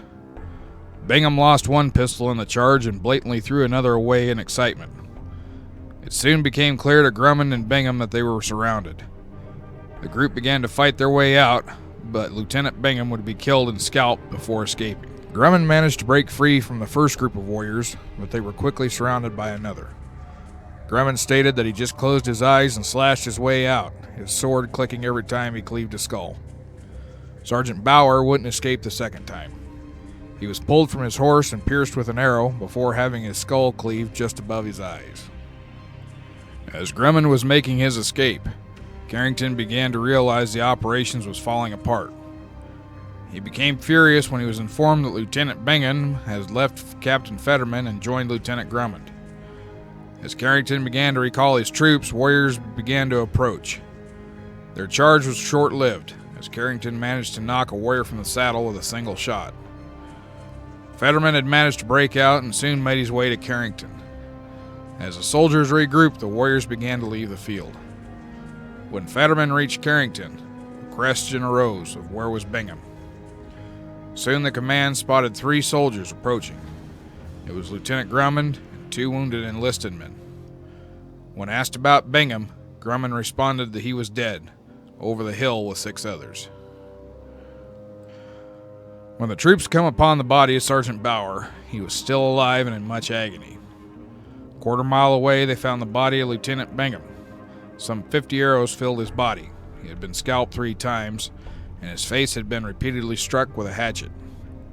His ring finger had also been cut from his hand. Bowers and Bingham's bodies were loaded into an ambulance and taken back to Phil Kearny. Bowers would die in transit. Carrington's first offensive operation ended in failure. Lack of discipline, arrogance, and ignorance of Indian fights could all bear the blame. As the soldiers returned to the fort, the warriors again fired on the woodcutters, sending a clear message they were still there.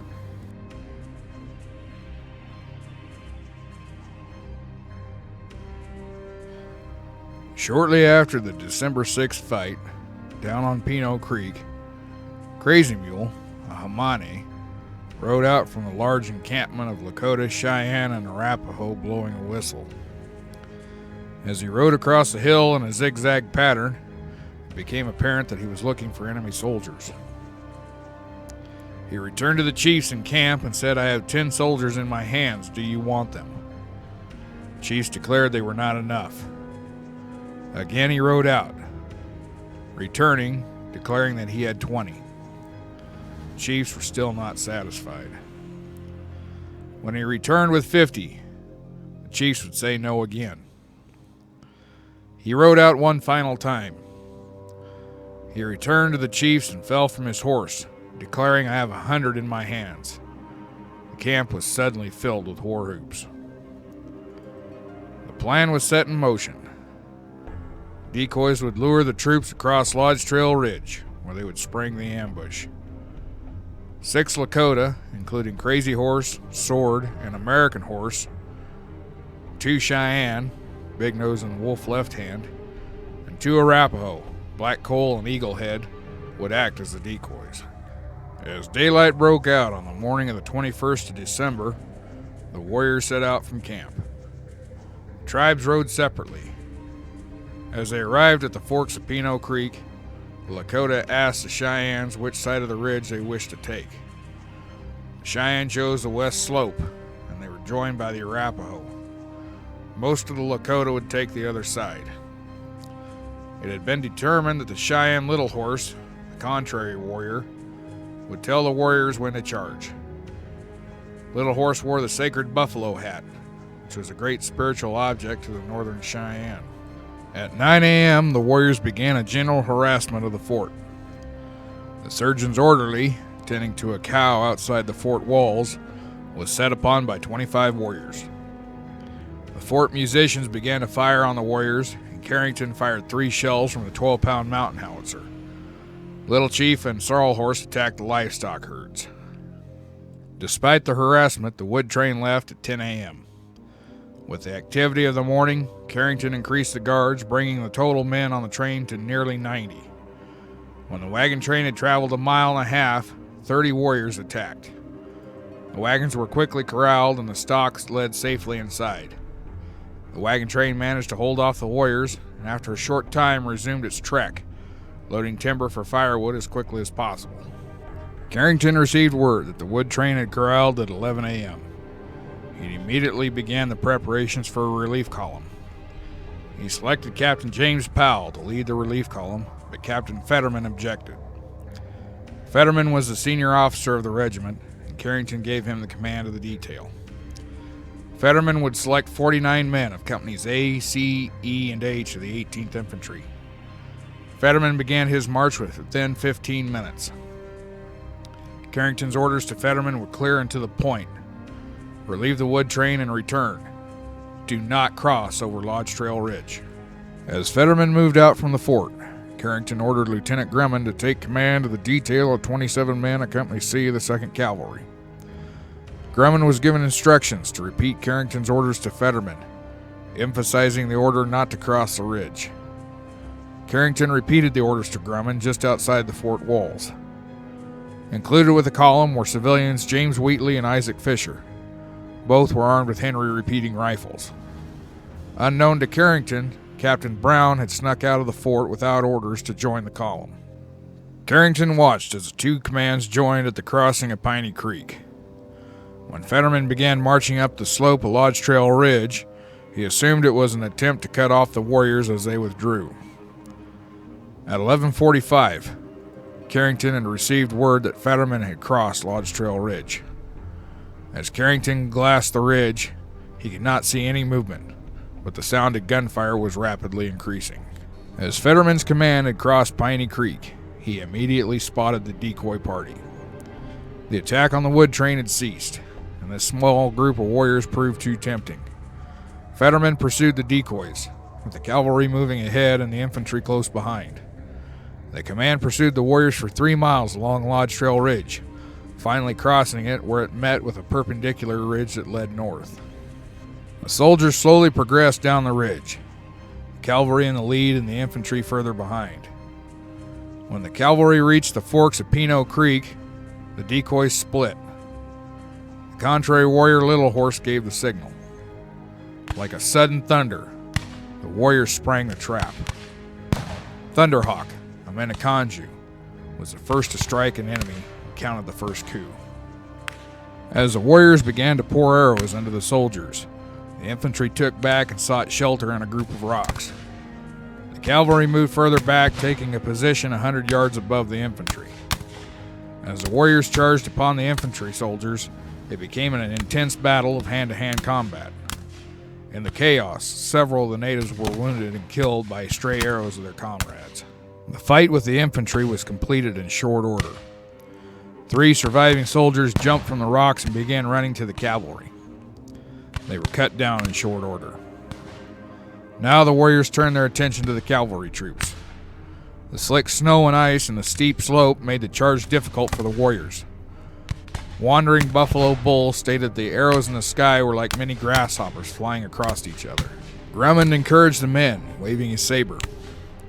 At one point during the battle, he had decapitated a warrior with a single blow from the blade. Despite his bravery, he was struck by a warrior, the blow of the club crushing his skull. As Grummond fell, the remaining cavalry troops began falling back up the hill. White Bull charged one of the soldiers that was waving a carbine, put an arrow through the man's heart. At the upper end of the ridge was another pile of rocks. The soldiers released what horses they had left and took shelter. The soldiers, armed with Spencer repeating carbines, put up a longer fight from this defensive position. Many warriors were wounded as they crawled towards the soldiers. As the warriors crept up in mass, like they had done with the infantry, they swarmed the remaining cavalry soldiers. As the warriors crowded upon the soldiers, one trooper took a hold of a Lakota warrior by the braids and killed him with his sidearm. Adolf Metzger, a 32-year-old bugler of Company C, died bravely, using his bugle as a club against the warriors. The last man to be killed was a soldier that had played dead. As a warrior approached him, he raised his revolver and fired. He was soon killed. Red Cloud and American Horse later told that the officers fought bravely that day. The Oglala American Horse had killed Fetterman, striking him on the head with a club and then finishing him off with his knife. Though the soldiers were dead, the warriors were not finished. They had defeated them in this life, and now they went to work to ensure their defeat in the next. As the gunfire from Lodge Trail Ridge rang through the walls of Fort Phil Kearny, Carrington ordered Captain Ten Eyck to prepare to march and ordered all remaining soldiers of Company C, 2nd Cavalry to report. He then ordered the garrison put under arms. Ten Eyck was ordered to take 36 men of the 18th Infantry, 25 of the 2nd Cavalry, and 42 armed teamsters. 3 wagons loaded with 3,000 rounds of Springfield and 2 cases of Spencer ammunition, along with an ambulance and 2 surgeons, also joined the command. Ten Eyck left the fort at 12:15. The soldiers under Ten Eyck's command marched in double time. They followed the Bozeman Trail, the quickest route to Fetterman. As Ten Eyck approached the ridge, he rode to the highest point to the right of the road, which gave the best commanding view of the valley below. By now, the firing, which had lasted almost 40 minutes, had ceased. Ten Eyck sent word back to Carrington that he could not see Fetterman, but there were thousands of Indians and requested Carrington to send a howitzer. Private Lewis noticed a group of white objects laying on the ground down the ridge and pointed them out to Ten Eyck. Ten Eyck gazed in horror as he shouted, "Boys, this is what we're looking for." Next time on Tales of the Trails, Captain Tenador Ten Eyck recovers the bodies of Fetterman's defeated command. John Portuguese Phillips makes a bold and daring ride to carry word of the Fetterman's defeat to Fort Laramie. Searching for a scapegoat, the Army relieves Carrington of command. As Captain Tenador Tenack arrives on the high vantage point of Lodge Trail Ridge, below the battlefield is covered in Lakota, Cheyenne, and Arapaho warriors. Fetterman's command is nowhere in sight. Sending the orderly Archibald Semple and several civilians as escort, Tenack reported that he could not see Fetterman and urgently requested a howitzer. Private Murphy wrote, "I never saw so many Indians before or since." 2,000 warriors were estimated to be roaming the battlefield. As Tenack's command came fully into view, the warriors withdrew a mile and urged the new soldiers to come down and fight. When Tenack spotted the bodies of the troopers of Company C, 2nd Cavalry, he ordered his command to march forward. As Tenack approached the group of rocks where the cavalrymen made their last stand, the soldiers would find the horribly mutilated bodies of their comrades. Join us as we begin our 6th episode of Red Cloud's War, the aftermath of Fetterman. Listeners may find the content of parts of this episode to be disturbing. Discretion is advised. Tenack's command reached the rocks of the cavalry last stand to find the bodies in a small area that measured 35 square feet. Dapple Dave, one of the 2nd Cavalry horses, was found alive and in agony. Tenack ordered the animal put down. The fallen soldiers had been mutilated beyond comprehension. Many had had their skulls chopped open and their brains removed. Private Frank Fessenden stated that some soldiers had powder placed in their ears and ignited. Others had been burned with bundles of grass. Scalping of the troops had included removing of facial hair.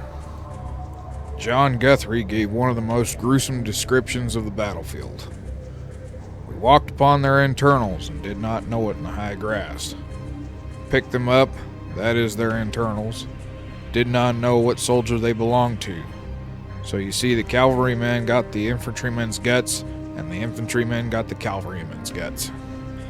Carrington's report was more highly detailed, stating, "Eyes torn out and laid on the rocks, noses cut off, ears cut off, teeth chopped out, joints of fingers cut off, brains taken out and placed on rocks, with members of the body, entrails taken out and exposed, hands cut off, feet cut off, arms taken off from the socket, private parts severed and indecently placed on the person, eyes, ears, mouth, and arms penetrated with spearheads, sticks, and arrows, ribs slashed to separation with knives, skulls severed in every form from chin to crown, muscles of calves, thighs, stomach, breast, back, arms, and cheek taken out, punctures upon sensitive parts of the body, even to the soles of the feet and palms of the hands. All this does not approximate the whole truth." Found among the group were Fetterman and Brown. Fetterman's skull was crushed and his throat and neck cut to the spine. Brown's mutilation had been one of the most horrible. Powder burns on his temple indicated that he had taken his own life. His ears had been removed. Deep gashes ran along the inside of his thighs. Brown's privates had been removed and placed in his mouth, and a spear had been shoved up his anus and protruded through his entrails, which had been exposed. The bodies were loaded up into the wagons, and Tenack ordered the return to the fort. The temperature was dropping fast, and daylight was nearly gone. As the wagons proceeded down Lodge Trail Ridge on the return, one of the wagons tipped over, and the soldiers were forced to load the bodies of their comrades once again. As Tenack approached the fort, Carrington ordered the soldiers inside to take up defensive positions. Positions were fortified within the walls of the post. Tenack oversaw the digging of entrenchments around the blockhouse in the northwest corner. Teamsters used wagons to create a breastwork around the powder magazine. Every building was lit. The blizzard was beginning, and soon the west wall was overshadowed by a snowdrift. Soldiers immediately cut a trench, but it was soon filled again. The inhabitants of Fort Phil Kearny lived in sheer terror. Carrington would write a letter to his superior, General Cook, detailing the events of the day and requesting immediate reinforcements and arms. A copy of the letter was drafted to be sent to General Grant. Carrington asked for volunteers to carry the letters to Horseshoe Station, the nearest telegraph. John Portuguese Phillips, who had been at Fort Phil Kearny since September, volunteered to make the ride. His friend, Daniel Dixon, also stepped forward. Phillips would choose Carrington's horse, named Dandy, for the ride. Carrington gave Phillips a Spencer carbine with 100 rounds of ammunition. Phillips and Dixon exited the fort at a gate behind Carrington's quarters and disappeared into the snowstorm. They would ride first to Fort Reno, arriving before daylight on December 23rd. The men had encountered a mail party led by Robert Bailey and joined them. On December 25th, the group arrived at Horseshoe Station around 10 a.m. The telegrapher, John Friend, sent the wire to Omaha and Washington. Friend could not guarantee the long message had gotten through, and Phillips decided to continue on to Fort Laramie. Bailey left Horseshoe Station to finish his route to Fort Caspar. Dixon chose not to go on. He had completed the task as was asked. Phillips would make the final trek alone. Around 11 p.m. of Christmas night, Phillips arrived at Fort Laramie. Private Herman Haas was on guard duty that night and stated that Phillips was so weak he could barely talk as he delivered the message to Colonel Palmer in Old Bedlam, the post headquarters. Palmer and the other officers were attending a full-dress ball in the building. Legend states that Phillips' horse died on the parade ground in front of Old Bedlam. However, Private Haas stated that the animal was taken to the post stable where it died the following day. Post interpreters Charles Garou and Jules Ecafee had heard about the fight on the 23rd from natives that lived near the fort. They relayed this to Colonel Palmer, who had received word shortly afterward as the news came across the telegraph. Phillips was the first from Fort Phil Kearny to confirm the event. Colonel Palmer wired General Cook, stating that he could send 4 companies of infantry in support of Fort Phil Kearny. However, on the 27th of December, a blizzard made it impossible to send the column. While Phillips and Dixon made their ride to Horseshoe Station, Colonel Carrington organized a party to retrieve the rest of the dead after dark on the night of the 22nd. As they arrived at the battlefield, they found a body nearly 1 mile from where the cavalry had fallen. Wheatley and Fisher, the civilians that had accompanied Fetterman, were discovered in a pile of rocks surrounded by hundreds of spent cartridges. Several warriors later stated that these men fought bravely to the bitter end, only being overcome when they had run out of ammunition. Lieutenant Grumman was found with his skull crushed, his legs burned, and several fingers removed. The other soldiers had fared the same fate as those recovered earlier, with 2 exceptions. Private Frank P. Sullivan, the company clerk in Company C, and Adolph Metzger, the company bugler. Both had been wrapped in buffalo bags, a sign of respect of bravery. The party returned to the post at midnight, the bodies placed inside the hospital in tents. Identification of the men commenced, and the surgeon prepared the bodies for burial. Coffins large enough to hold 4 bodies per box were constructed. The soldiers began the process of digging a single mass grave. 4 feet of snow covered the ground, and the temperature hovered at 22 below zero. Soldiers swapped out of the detail at 30-minute intervals. On the 24th of December, the fallen soldiers were buried in a grave measuring 55 feet long. The coffins were stacked 2 deep. The burial was quick and without ceremony. On the 26th of December, General Crook wrote Special Order 126, which relieved Carrington of command of Fort Phil Kearny and transferred him to take command of Fort Caspar. The order had also directed Colonel Palmer of Fort Laramie to send 2 companies of 2nd Cavalry and 4 companies of the 18th Infantry to Lieutenant Colonel Wessels at Fort Reno. Wessels would proceed with the reinforcements and take command at Fort Phil Kearny. As the inhabitants of Fort Phil Kearny suffered from fear in the cold of winter, the natives had returned to their camp on the Tongue River to celebrate their victory over Fetterman. Afterward, the different bands dispersed, spreading out over the Powder River country and the Bighorn Mountains to survive the rest of the winter. As 1866 turned into 1867, changes in command structure began to take place. Wessels would take over command of Fort Phil Kearny. Carrington would proceed to take command of Fort Caspar. General Cook, commander of the Department of the Platte, was relieved of command by General Grant and replaced by Colonel C.C. Agur.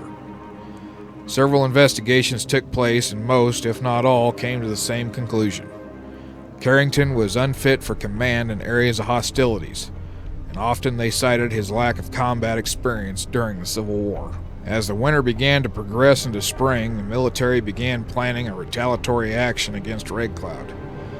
General William Tecumseh Sherman would state to General Grant that, "We must act with vindictive earnestness against the Sioux, even to their extermination, men, women, and children. Nothing less will reach the root of this case." Initially, a force of 2,000 men under the command of Colonel John Gibbon were to proceed to the Bozeman Trail to begin offensive operations. Despite all of the planning, a large-scale campaign would not materialize. As the military attempted to end Red Cloud's war by force, others in Washington sought to end it by peace. On February 18, 1867, President Johnson created the Joint Indian Commission to investigate the Fetterman disaster and prevent further conflict. A court of inquiry was organized in March of 1867. Colonel John Gibbon, Lieutenant Colonel Luther P. Bradley, Lieutenant Colonel Alexander Chambers, and Major James Van Vost made up the court. They began the official proceedings on May 9th. William Bisbee was the first to testify. He stated that during his time at Fort Phil Kearny, the men had been assigned to menial duties and had not received proper drill. The only target practice that had occurred was with the veterans at random. He also stated there was a lack of discipline, with officers frequently leaving the post without orders.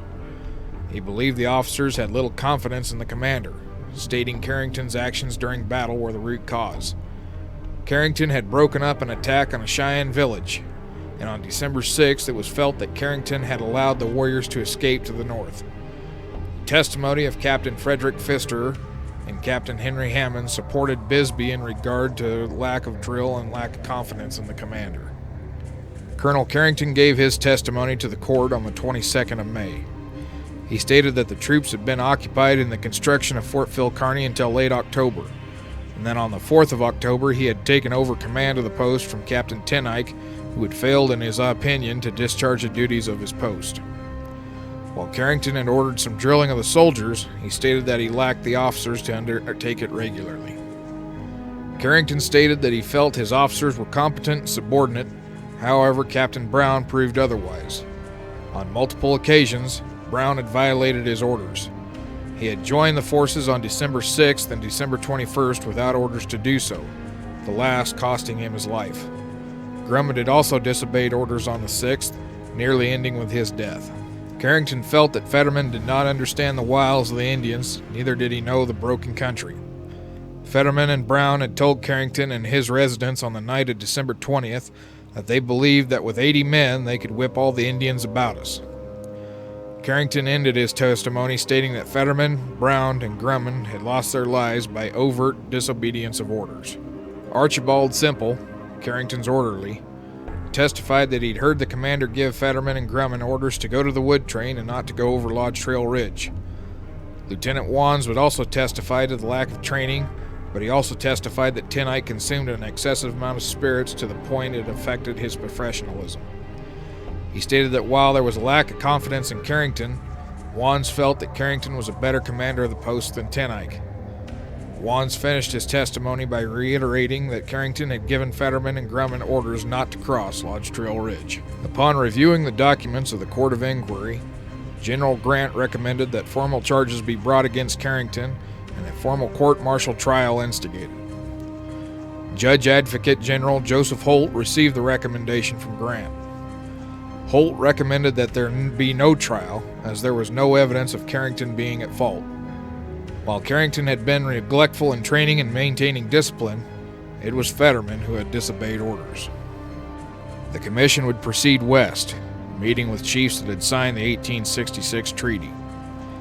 As April of 1867 approached, neither peace efforts nor military campaign had made any progress toward the ending of Red Cloud's war.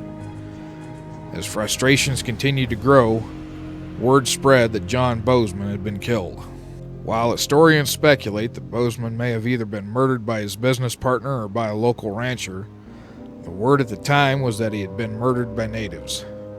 This further sparked the want of retaliation against Red Cloud.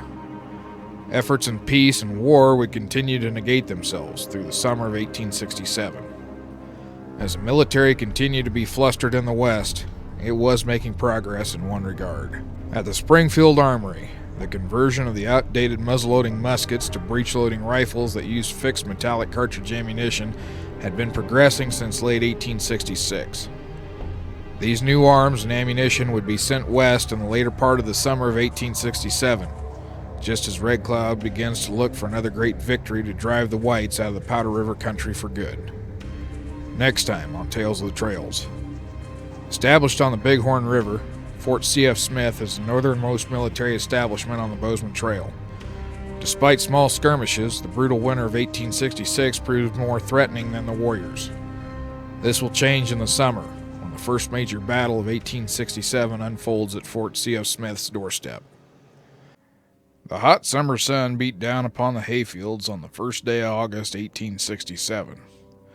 Lieutenant Sigismund Sternberg and 23 soldiers of the newly formed 27th Infantry Regiment, along with 12 civilians, were under attack with a mixed force of 600 to 800 Cheyenne, Arapaho, and Lakota warriors.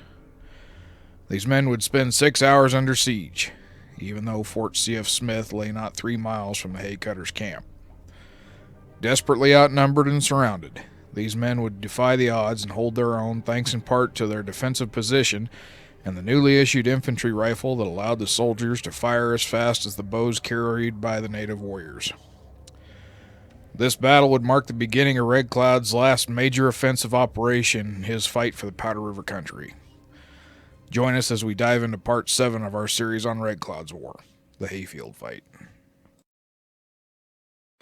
On August 4th, 1866, Captain Nathaniel Kinney, along with 2 companies of the 2nd Battalion of the 18th U.S. Infantry, marched out of Fort Phil Kearny northward along the Bozeman Trail.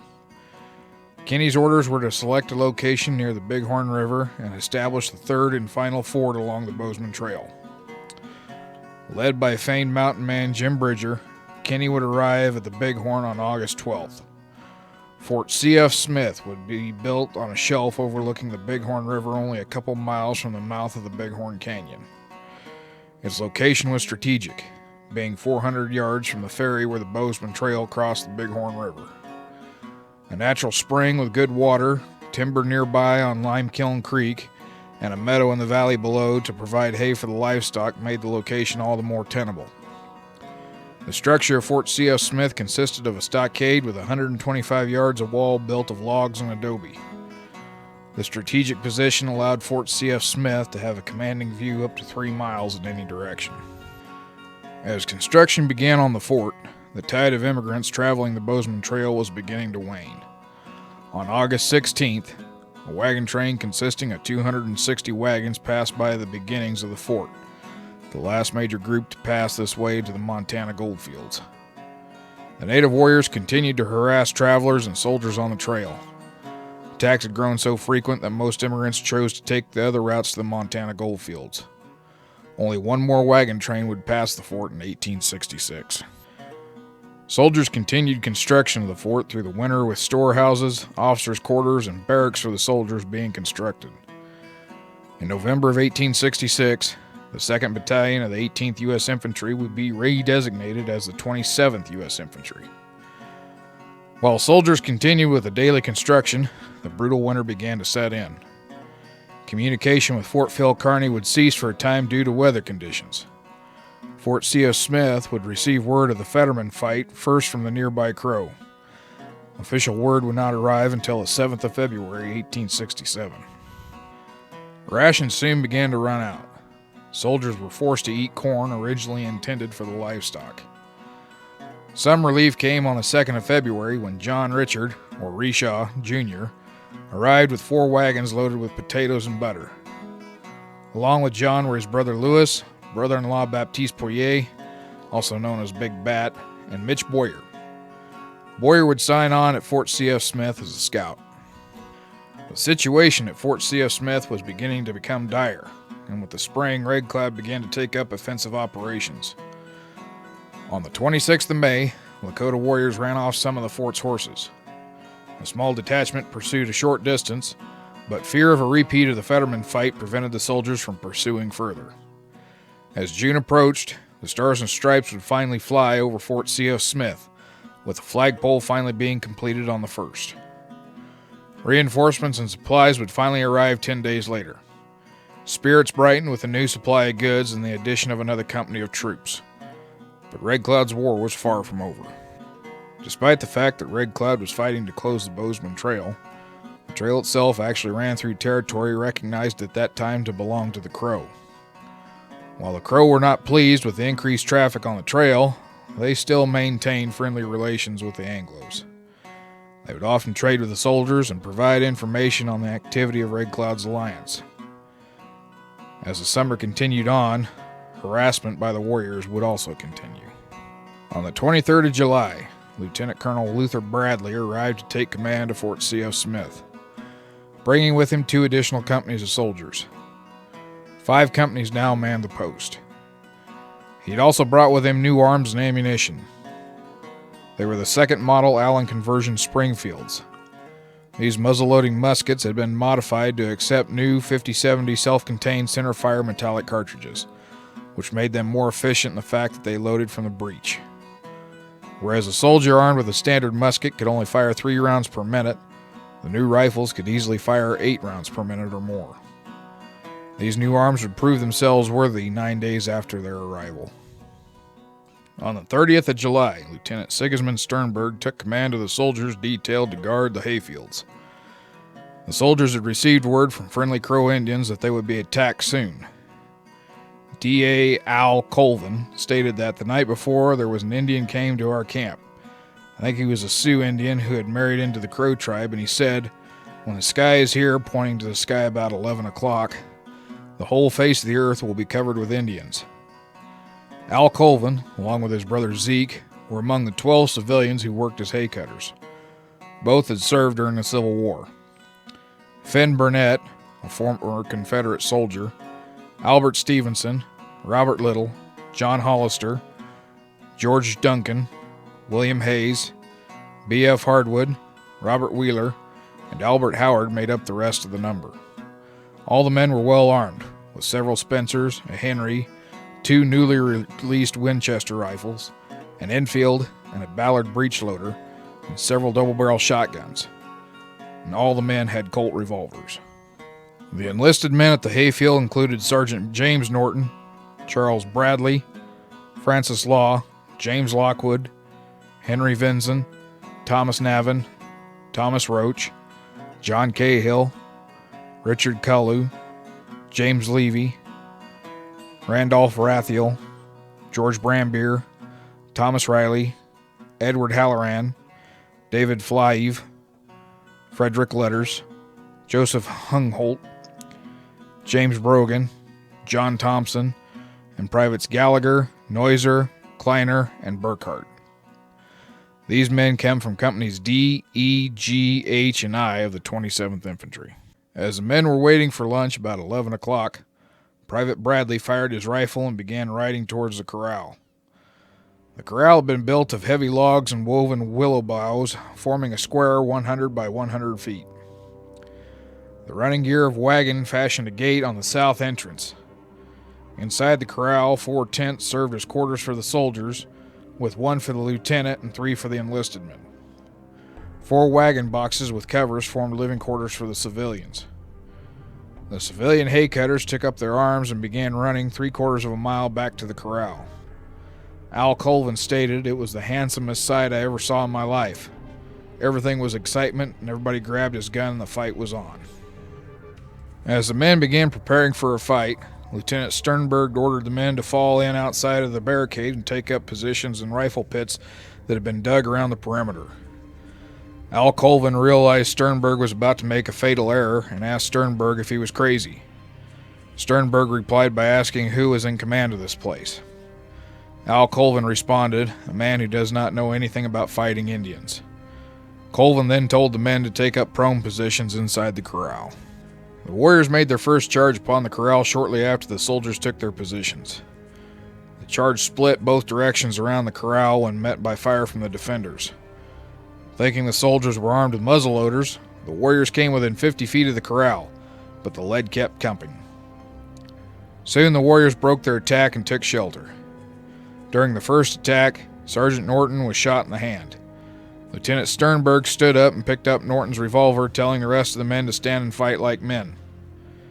A bullet from a warrior hidden in a tree smashed into Lieutenant Sternberg's temple, killing him instantly. Thomas Navin was the next to be killed, following Sternberg's orders to stand and fight. Though few warriors had firearms, those that did so began firing into the corral from the cliffs 300 yards distant. The rest poured arrows into the corral, wounding most of the mules and killing several others. Hoping that the defenders had been wounded in the barrage, the warriors made their second attack. Once again, they were repulsed. Again, Sergeant Norton would be wounded, this time in the shoulder, and civilian J.G. Hollister was wounded in the stomach.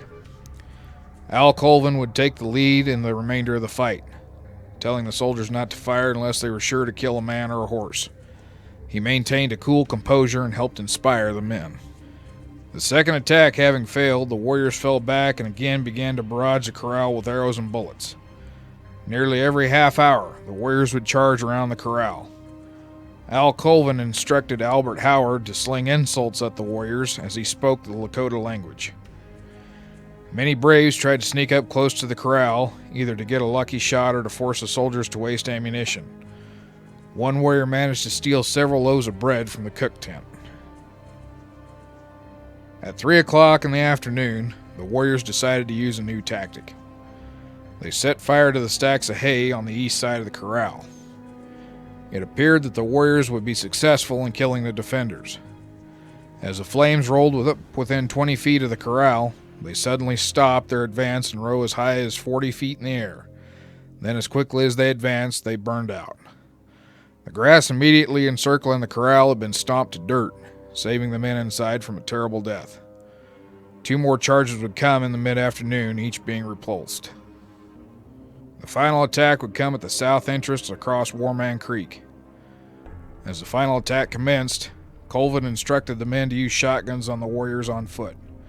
Finn Burnett had Al Leeton's double-barrel 10-gauge loaded with 16 buckshot in each barrel. He killed 2 warriors. One was so close Burnett nearly decapitated him. As the rest of the charge came down the hill, Colvin and the rest delivered a volley into the warriors. Colvin delivered a fatal shot into a Lakota chief, Bear That Grabs. The warriors were unable to retrieve his body, and soon the defenders heard the wail of grief. Several more attempts were made to retrieve Bear That Grabs, but soon they began to pull back. As darkness approached, it became apparent that the defenders would not be able to hold out through the night. Colvin wrote out a message for Colonel Bradley. "We have 3 dead and 5 wounded. We will be unable to defend the corral after dark. If you are a man, send us relief. If you are a devil, go to hell where you ought to be." Private Charles Bradley, who had proven himself less than useful during the fight, volunteered to carry the message. Mounted on a horse, Bradley began his 3-mile ride back to the fort. At first, no warriors were spotted, but suddenly several appeared and began chasing Private Bradley to the fort. As Bradley arrived within 150 yards from the stockade, a pursuing warrior managed to touch him on the back with a bow. Colonel Bradley had the gates of the fort shut earlier in the day when the attack began. He had also ordered the men not to exit the fort. Defying orders, several men opened the gates and fired upon Private Bradley's pursuers. Colonel Bradley, despite having ordered the gates shut, had sent out a small detachment of mounted soldiers and civilians shortly before Private Bradley arrived, but they were engaged before arriving at the hayfields. Lieutenant Shirley, who led this detachment, began to withdraw back to the fort. Captain Burrows would be sent to Lieutenant Shirley's relief with Company G. Company H, under command of First Lieutenant Reuben Fenton, along with a 12-pound mountain howitzer, were sent directly behind. As these 2 detachments approached the corral, they succeeded in driving back the attackers. 2 rounds fired from the mountain howitzers convinced the warriors to give up the field completely. The men gathered what they could, and the order to burn the rest was given. Before leaving the field, the defenders looted and mutilated the body of Bear That Grabs. As the defenders and rescuers fell back to the fort, warriors continued to harass them. Finally, a volley of canister would convince the Indians to give up the field completely. 3 of the defenders were dead. Estimates vary on the number of native warriors killed, from as little as 8 to as many as 50. The following day, Lieutenant Sternberg and Private Navin were buried with full honors. John Hollister was buried on Graveyard Hill on the 5th. Colonel Bradley would come under scrutiny for his actions, or lack thereof, during the attack. While it was apparent that Colonel Bradley was aware of the fight by 1 in the afternoon, it wasn't until 4 that the relief columns were sent out. Both Al Eaton and Al Colvin stated that he knew nothing of fighting Indians. Despite the overwhelming odds, the men inside the corral at what would become known as the Hayfield fight managed to defend their position for nearly 6 hours. The new breech-loading weapons had proven themselves. Despite their success, they would be put to the test again the following day at Fort Phil Kearny.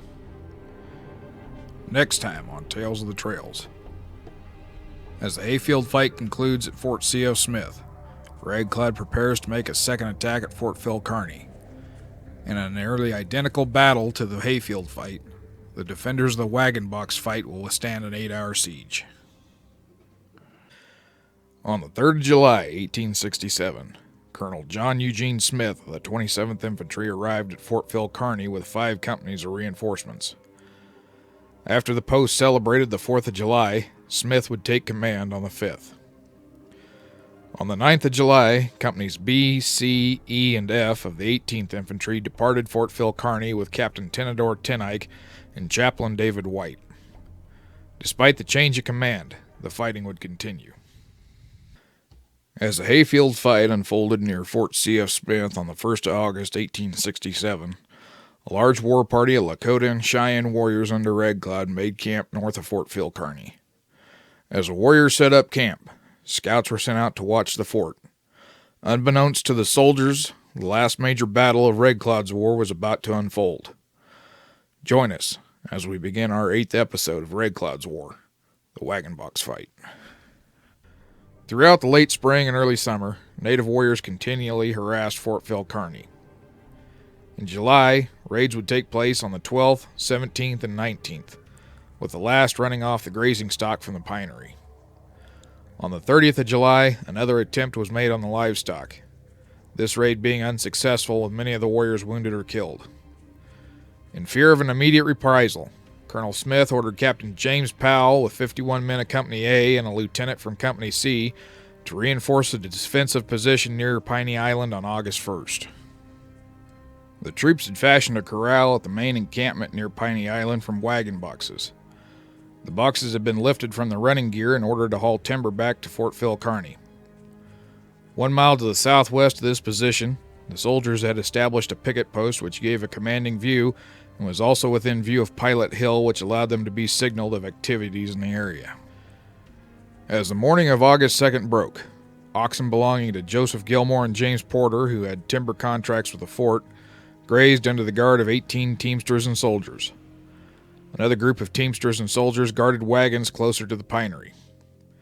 At 8 o'clock, the pickets on Pilot Hill noticed a large body of warriors on the far east side of the Big Piney. Corporal George Weber ordered the fort be signaled. More and more warriors began to appear on the surrounding hills. Realizing the peril of their situation, Weber and the other pickets returned to the fort as a howitzer covered their retreat. The warriors spotted by the pickets consisted of about 200 young and eager warriors that had rode ahead early to attempt to capture horses. A second group, led by Crazy Horse, captured the oxen that had been grazing earlier and began to attack the woodcutters' camp. 3 of the woodcutters were cut off, but managed to hide themselves in thick brush. The remainder retreated into the mountains.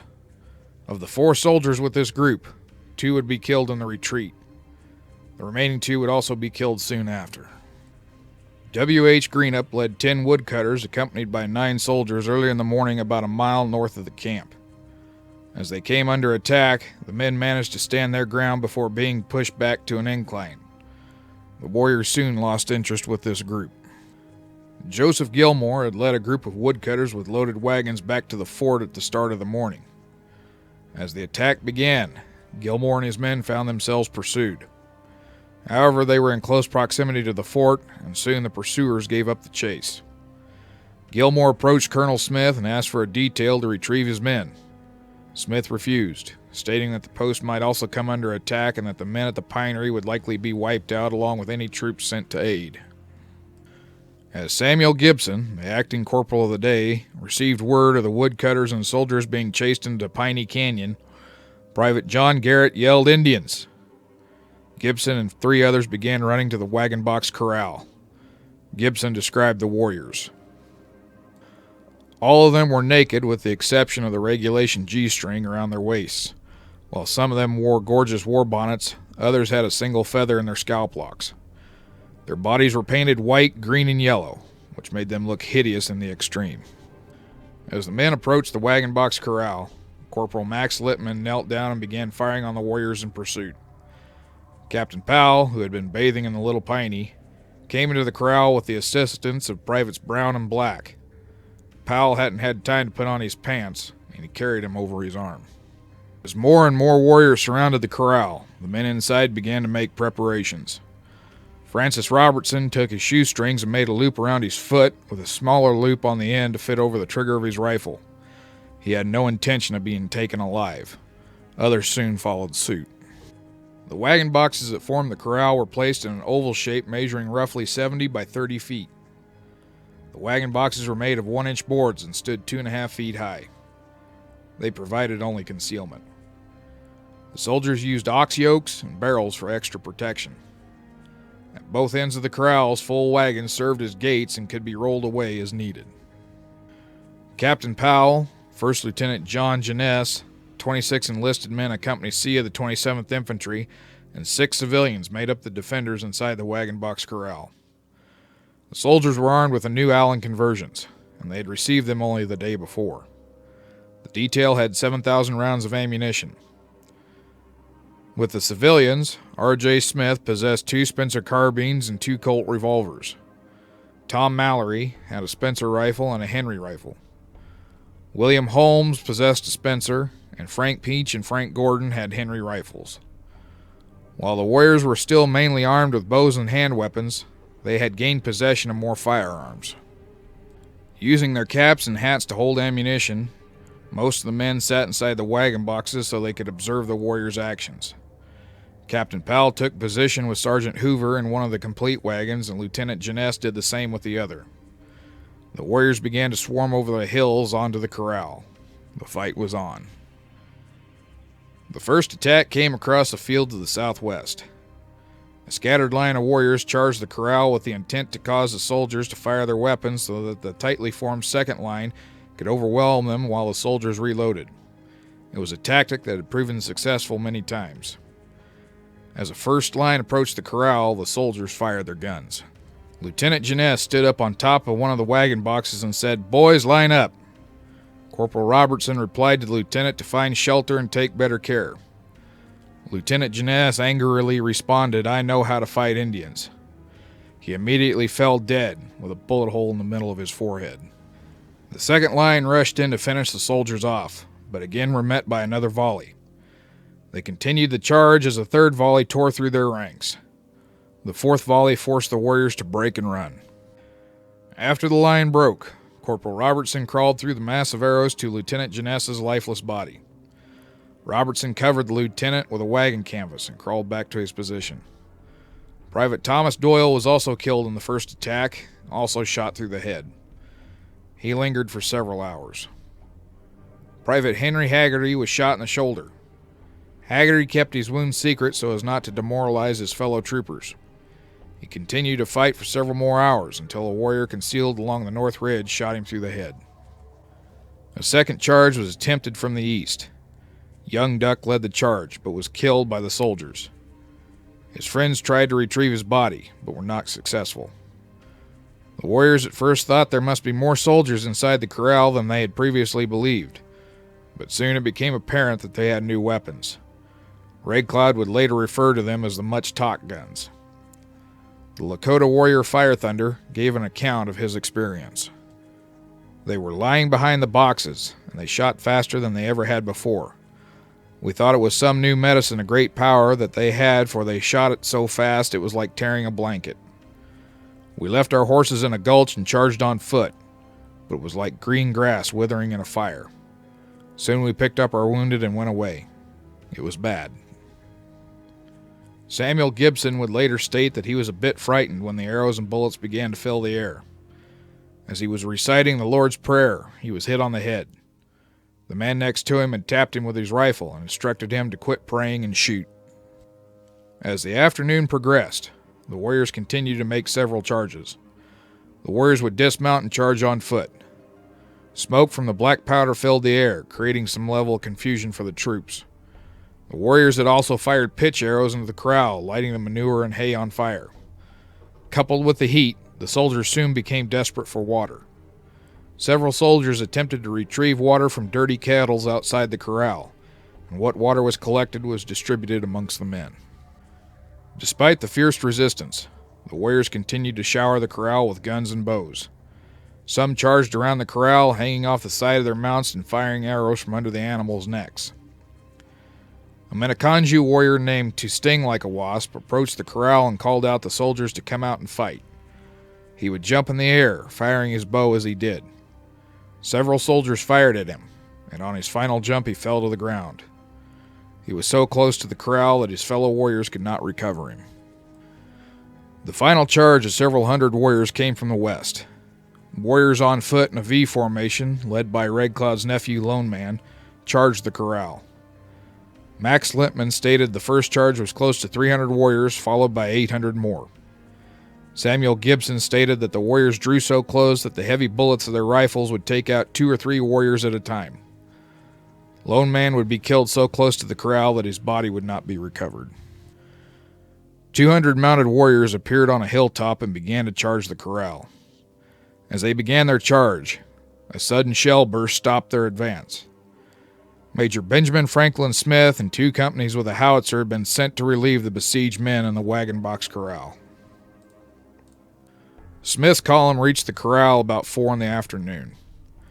The defenders were nearly used up, and William Murphy wrote that they were a hard lot to look at. As Smith reached the corral, the woodcutters and soldiers that had hidden away in the morning began to appear unharmed.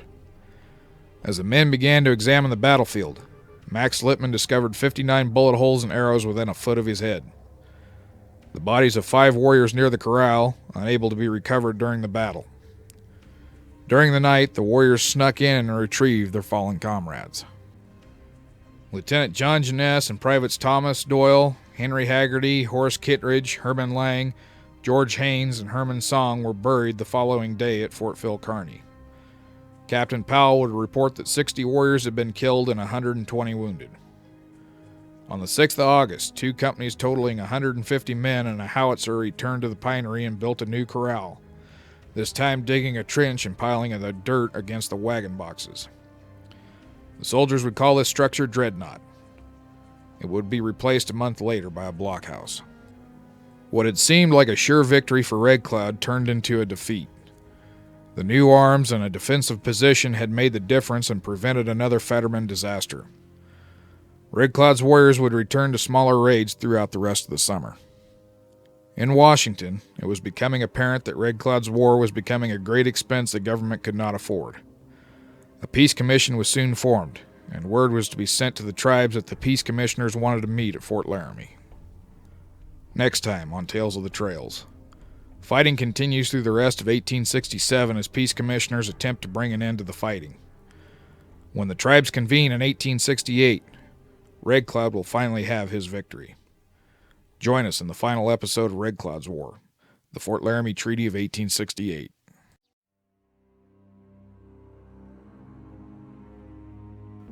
On the 6th of August, 1867, the Great Plains Peace Commission held its first meeting in St. Louis. The first order of business for the commission was to ask General Sherman and Commissioner Taylor to send out word to their field commanders and Indian agents to have couriers sent out to the tribes in order for a council to be held at Fort Laramie on the 13th of September. A meeting for the southern tribes would take place at Fort Larned on the 13th of October. Colonel C.C. Agur would inform the commission that the Indian agents had failed to provide the promised annuities. He also informed them that it would take 30,000 men to win a military victory along the Bozeman. It was apparent that the only way to end the fighting was to make peace with Red Cloud. Join us as we begin our final episode of Red Cloud's War, the Fort Laramie Treaty of 1868. On the 8th of August, Peace Commission Chairman Taylor hired 2 men to serve as agents to encourage the Lakota and Crow to attend the peace talks. Gemenin Bavois, a former trader at Fort Laramie, was selected to meet the Lakota. Dr. Henry Matthews was selected to meet the Crow. On the same day, Colonel Agur wrote to the commander of Fort Laramie to send runners to the chiefs of the Lakota and Crow, notifying them of the formation of the Peace Commission.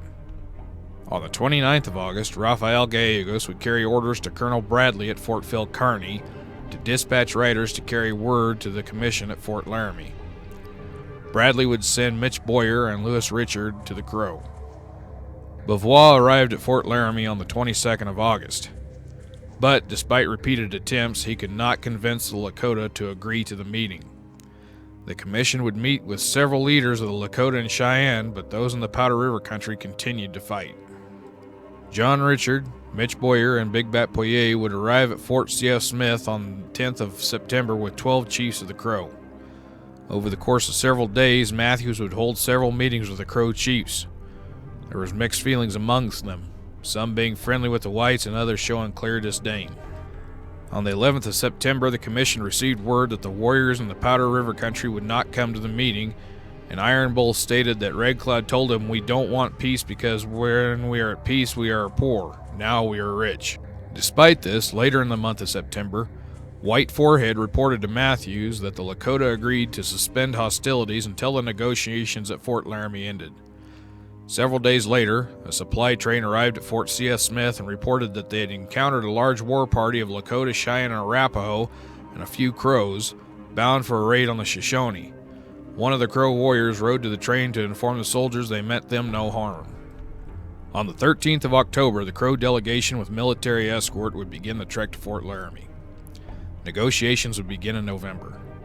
The government sent 60,000 pounds worth of goods to be distributed to those that attended.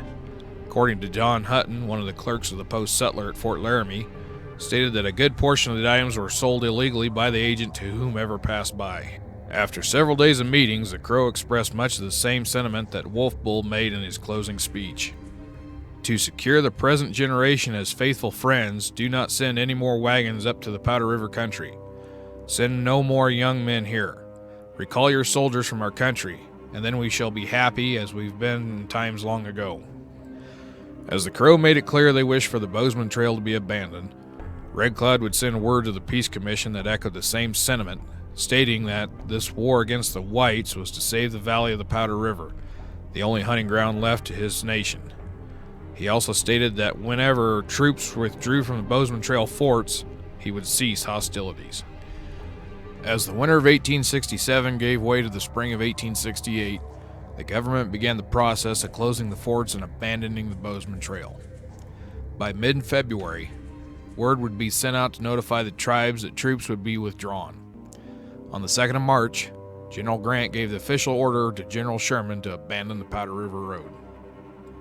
Despite word of the closing of the trail, small skirmishes and raids began to resume as the weather improved. The most notable was on the 19th of March when Crazy Horse with around 70 warriors attacked the Horse Creek Ranch. The warriors kept the ranch under fire all day, withdrawing at dusk. When the sun rose the following morning, the siege resumed. Around 10 a.m., Lieutenant Seneca North with a detachment of 2nd Cavalry came into view. They were providing escort for the Crow agent, Dr. Matthews. The warriors retreated for a short while, but when the cavalry left, they resumed the attack again until nightfall. Around 10 p.m., the warriors succeeded in setting fire to the ranch house. The defenders, Marion Thornburg, Bill Worrell, Bill Hill, and John R. Smith, retreated to a fortification they had previously built a short distance from the house connected by a tunnel. As the ranch house burned, the defenders made an escape, heading for Twin Springs. Their luck would run short. While they had been joined by Dave Dampier, George Harris, and Abraham Harper, they soon found themselves surrounded by a war party of approximately 60 warriors. Abraham Harper would take an arrow to the eye in the fighting. As he pulled the arrow out, the contents of the socket come with it. As the defenders made another run, the warriors would succeed in killing Harper and Dampier. Bill Hill committed suicide after suffering a disabling wound. The defenders would again take up a defensive position, and succeeded in killing 7 of the warriors as they charged in. Realizing their ammunition was low, they decided to make an offer to Crazy Horse. They would exchange food goods from Horse Creek Ranch for their lives. Crazy Horse agreed. Once the warriors had their goods, the civilians left again and made their way to Fort Laramie. On the 22nd of March, a 47-man detachment of the 2nd Cavalry arrived at the ranch. They buried the fallen men where they laid. John Smith estimated a loss of $16,000 worth of goods and livestock. This would not be the only raid that would take place on the ranches between Forts Laramie and Fetterman. Agent Matthews arrived at Fort C.F. Smith on the 3rd of April to again meet with the Crow. He would distribute 300 Army uniforms, 300 blankets, 1,500 pounds of flour, 1,000 pounds of sugar, 600 pounds of coffee, 1,000 pounds of powder and lead, and 100,000 percussion caps. It was assumed by many of the officers that the items were being traded to the Lakota that had been visiting the Crow. The peace commissioners would arrive at Fort Laramie on April 10th. General Sherman was in Washington to testify at President Johnston's impeachment. The first groups to meet with the commissioners were the Brules and the Laramie Loafers. After a day of discussions, Spotted Tail and several Brule and Laramie Loafers signed the treaty, marking a milestone to the road to peace. The treaty would create the Great Sioux Reservation, which encompassed much of modern South Dakota, Wyoming, Nebraska, and a small portion of North Dakota. The area between the Black Hills and the Bighorn Mountains would also be set aside for the purpose of hunting for as long as the game was plentiful. Despite designating this area as Indian land, a clause in the treaty allowed for the government to construct roads, railroads, mail stations, and any other works of utility or necessity which may be ordered or permitted by the laws of the United States. This clause would set the stage for future encroachments. Also included in the treaty was a government commitment to provide food to the Lakota for 4 years, as well as provide an agent, teachers, doctors, blacksmiths, and farmers to help the Lakota start as they began the walk on the white man's road. As troops were marched out of Forts C.F. Smith, Phil Kearny, and Reno, the warriors would set fire to the structures, wiping away the last remnants of the Bozeman Trail. Red Cloud has won his victory. While Red Cloud's war was a victory over the United States in the sense that it accomplished the closure of Fort C.F. Smith, Fort Phil Kearny, Fort Reno, and the Bozeman Trail, the treaty that brought an end to the conflict would set the stage for the movement of the Plains tribes to reservations. For the time being, Red Cloud would move to his new agency, which was located to the east of Fort Laramie. By 1874, the agency would be moved to near present-day Crawford, Nebraska. He would never again lead his warriors into battle against the whites. As Red Cloud's war came to an end, several bands of Lakota refused to take part in the treaty. Crazy Horse and Sitting Bull would remain in the Powder River country. And though Red Cloud's war was over, the fight was far from finished. In just a few short years, the construction of a railroad along the Yellowstone would renew the fighting, and Colonel George Armstrong Custer would have his first taste of fighting on the northern plains. Join us next season as Colonel Custer and Sitting Bull face off in their first encounter during the Yellowstone expedition. All the places I have been. Tales of the Trails was produced by Duke Frazier Productions. Music performed by Garrett Woods from the 11 Bang Bang YouTube channel. Sources for this episode may be found in the description field below. If you enjoyed this episode, hit the like button and be sure to subscribe. Click the bell to receive notification of new episodes. Until next time, keep your powder dry. Calls me as it goes.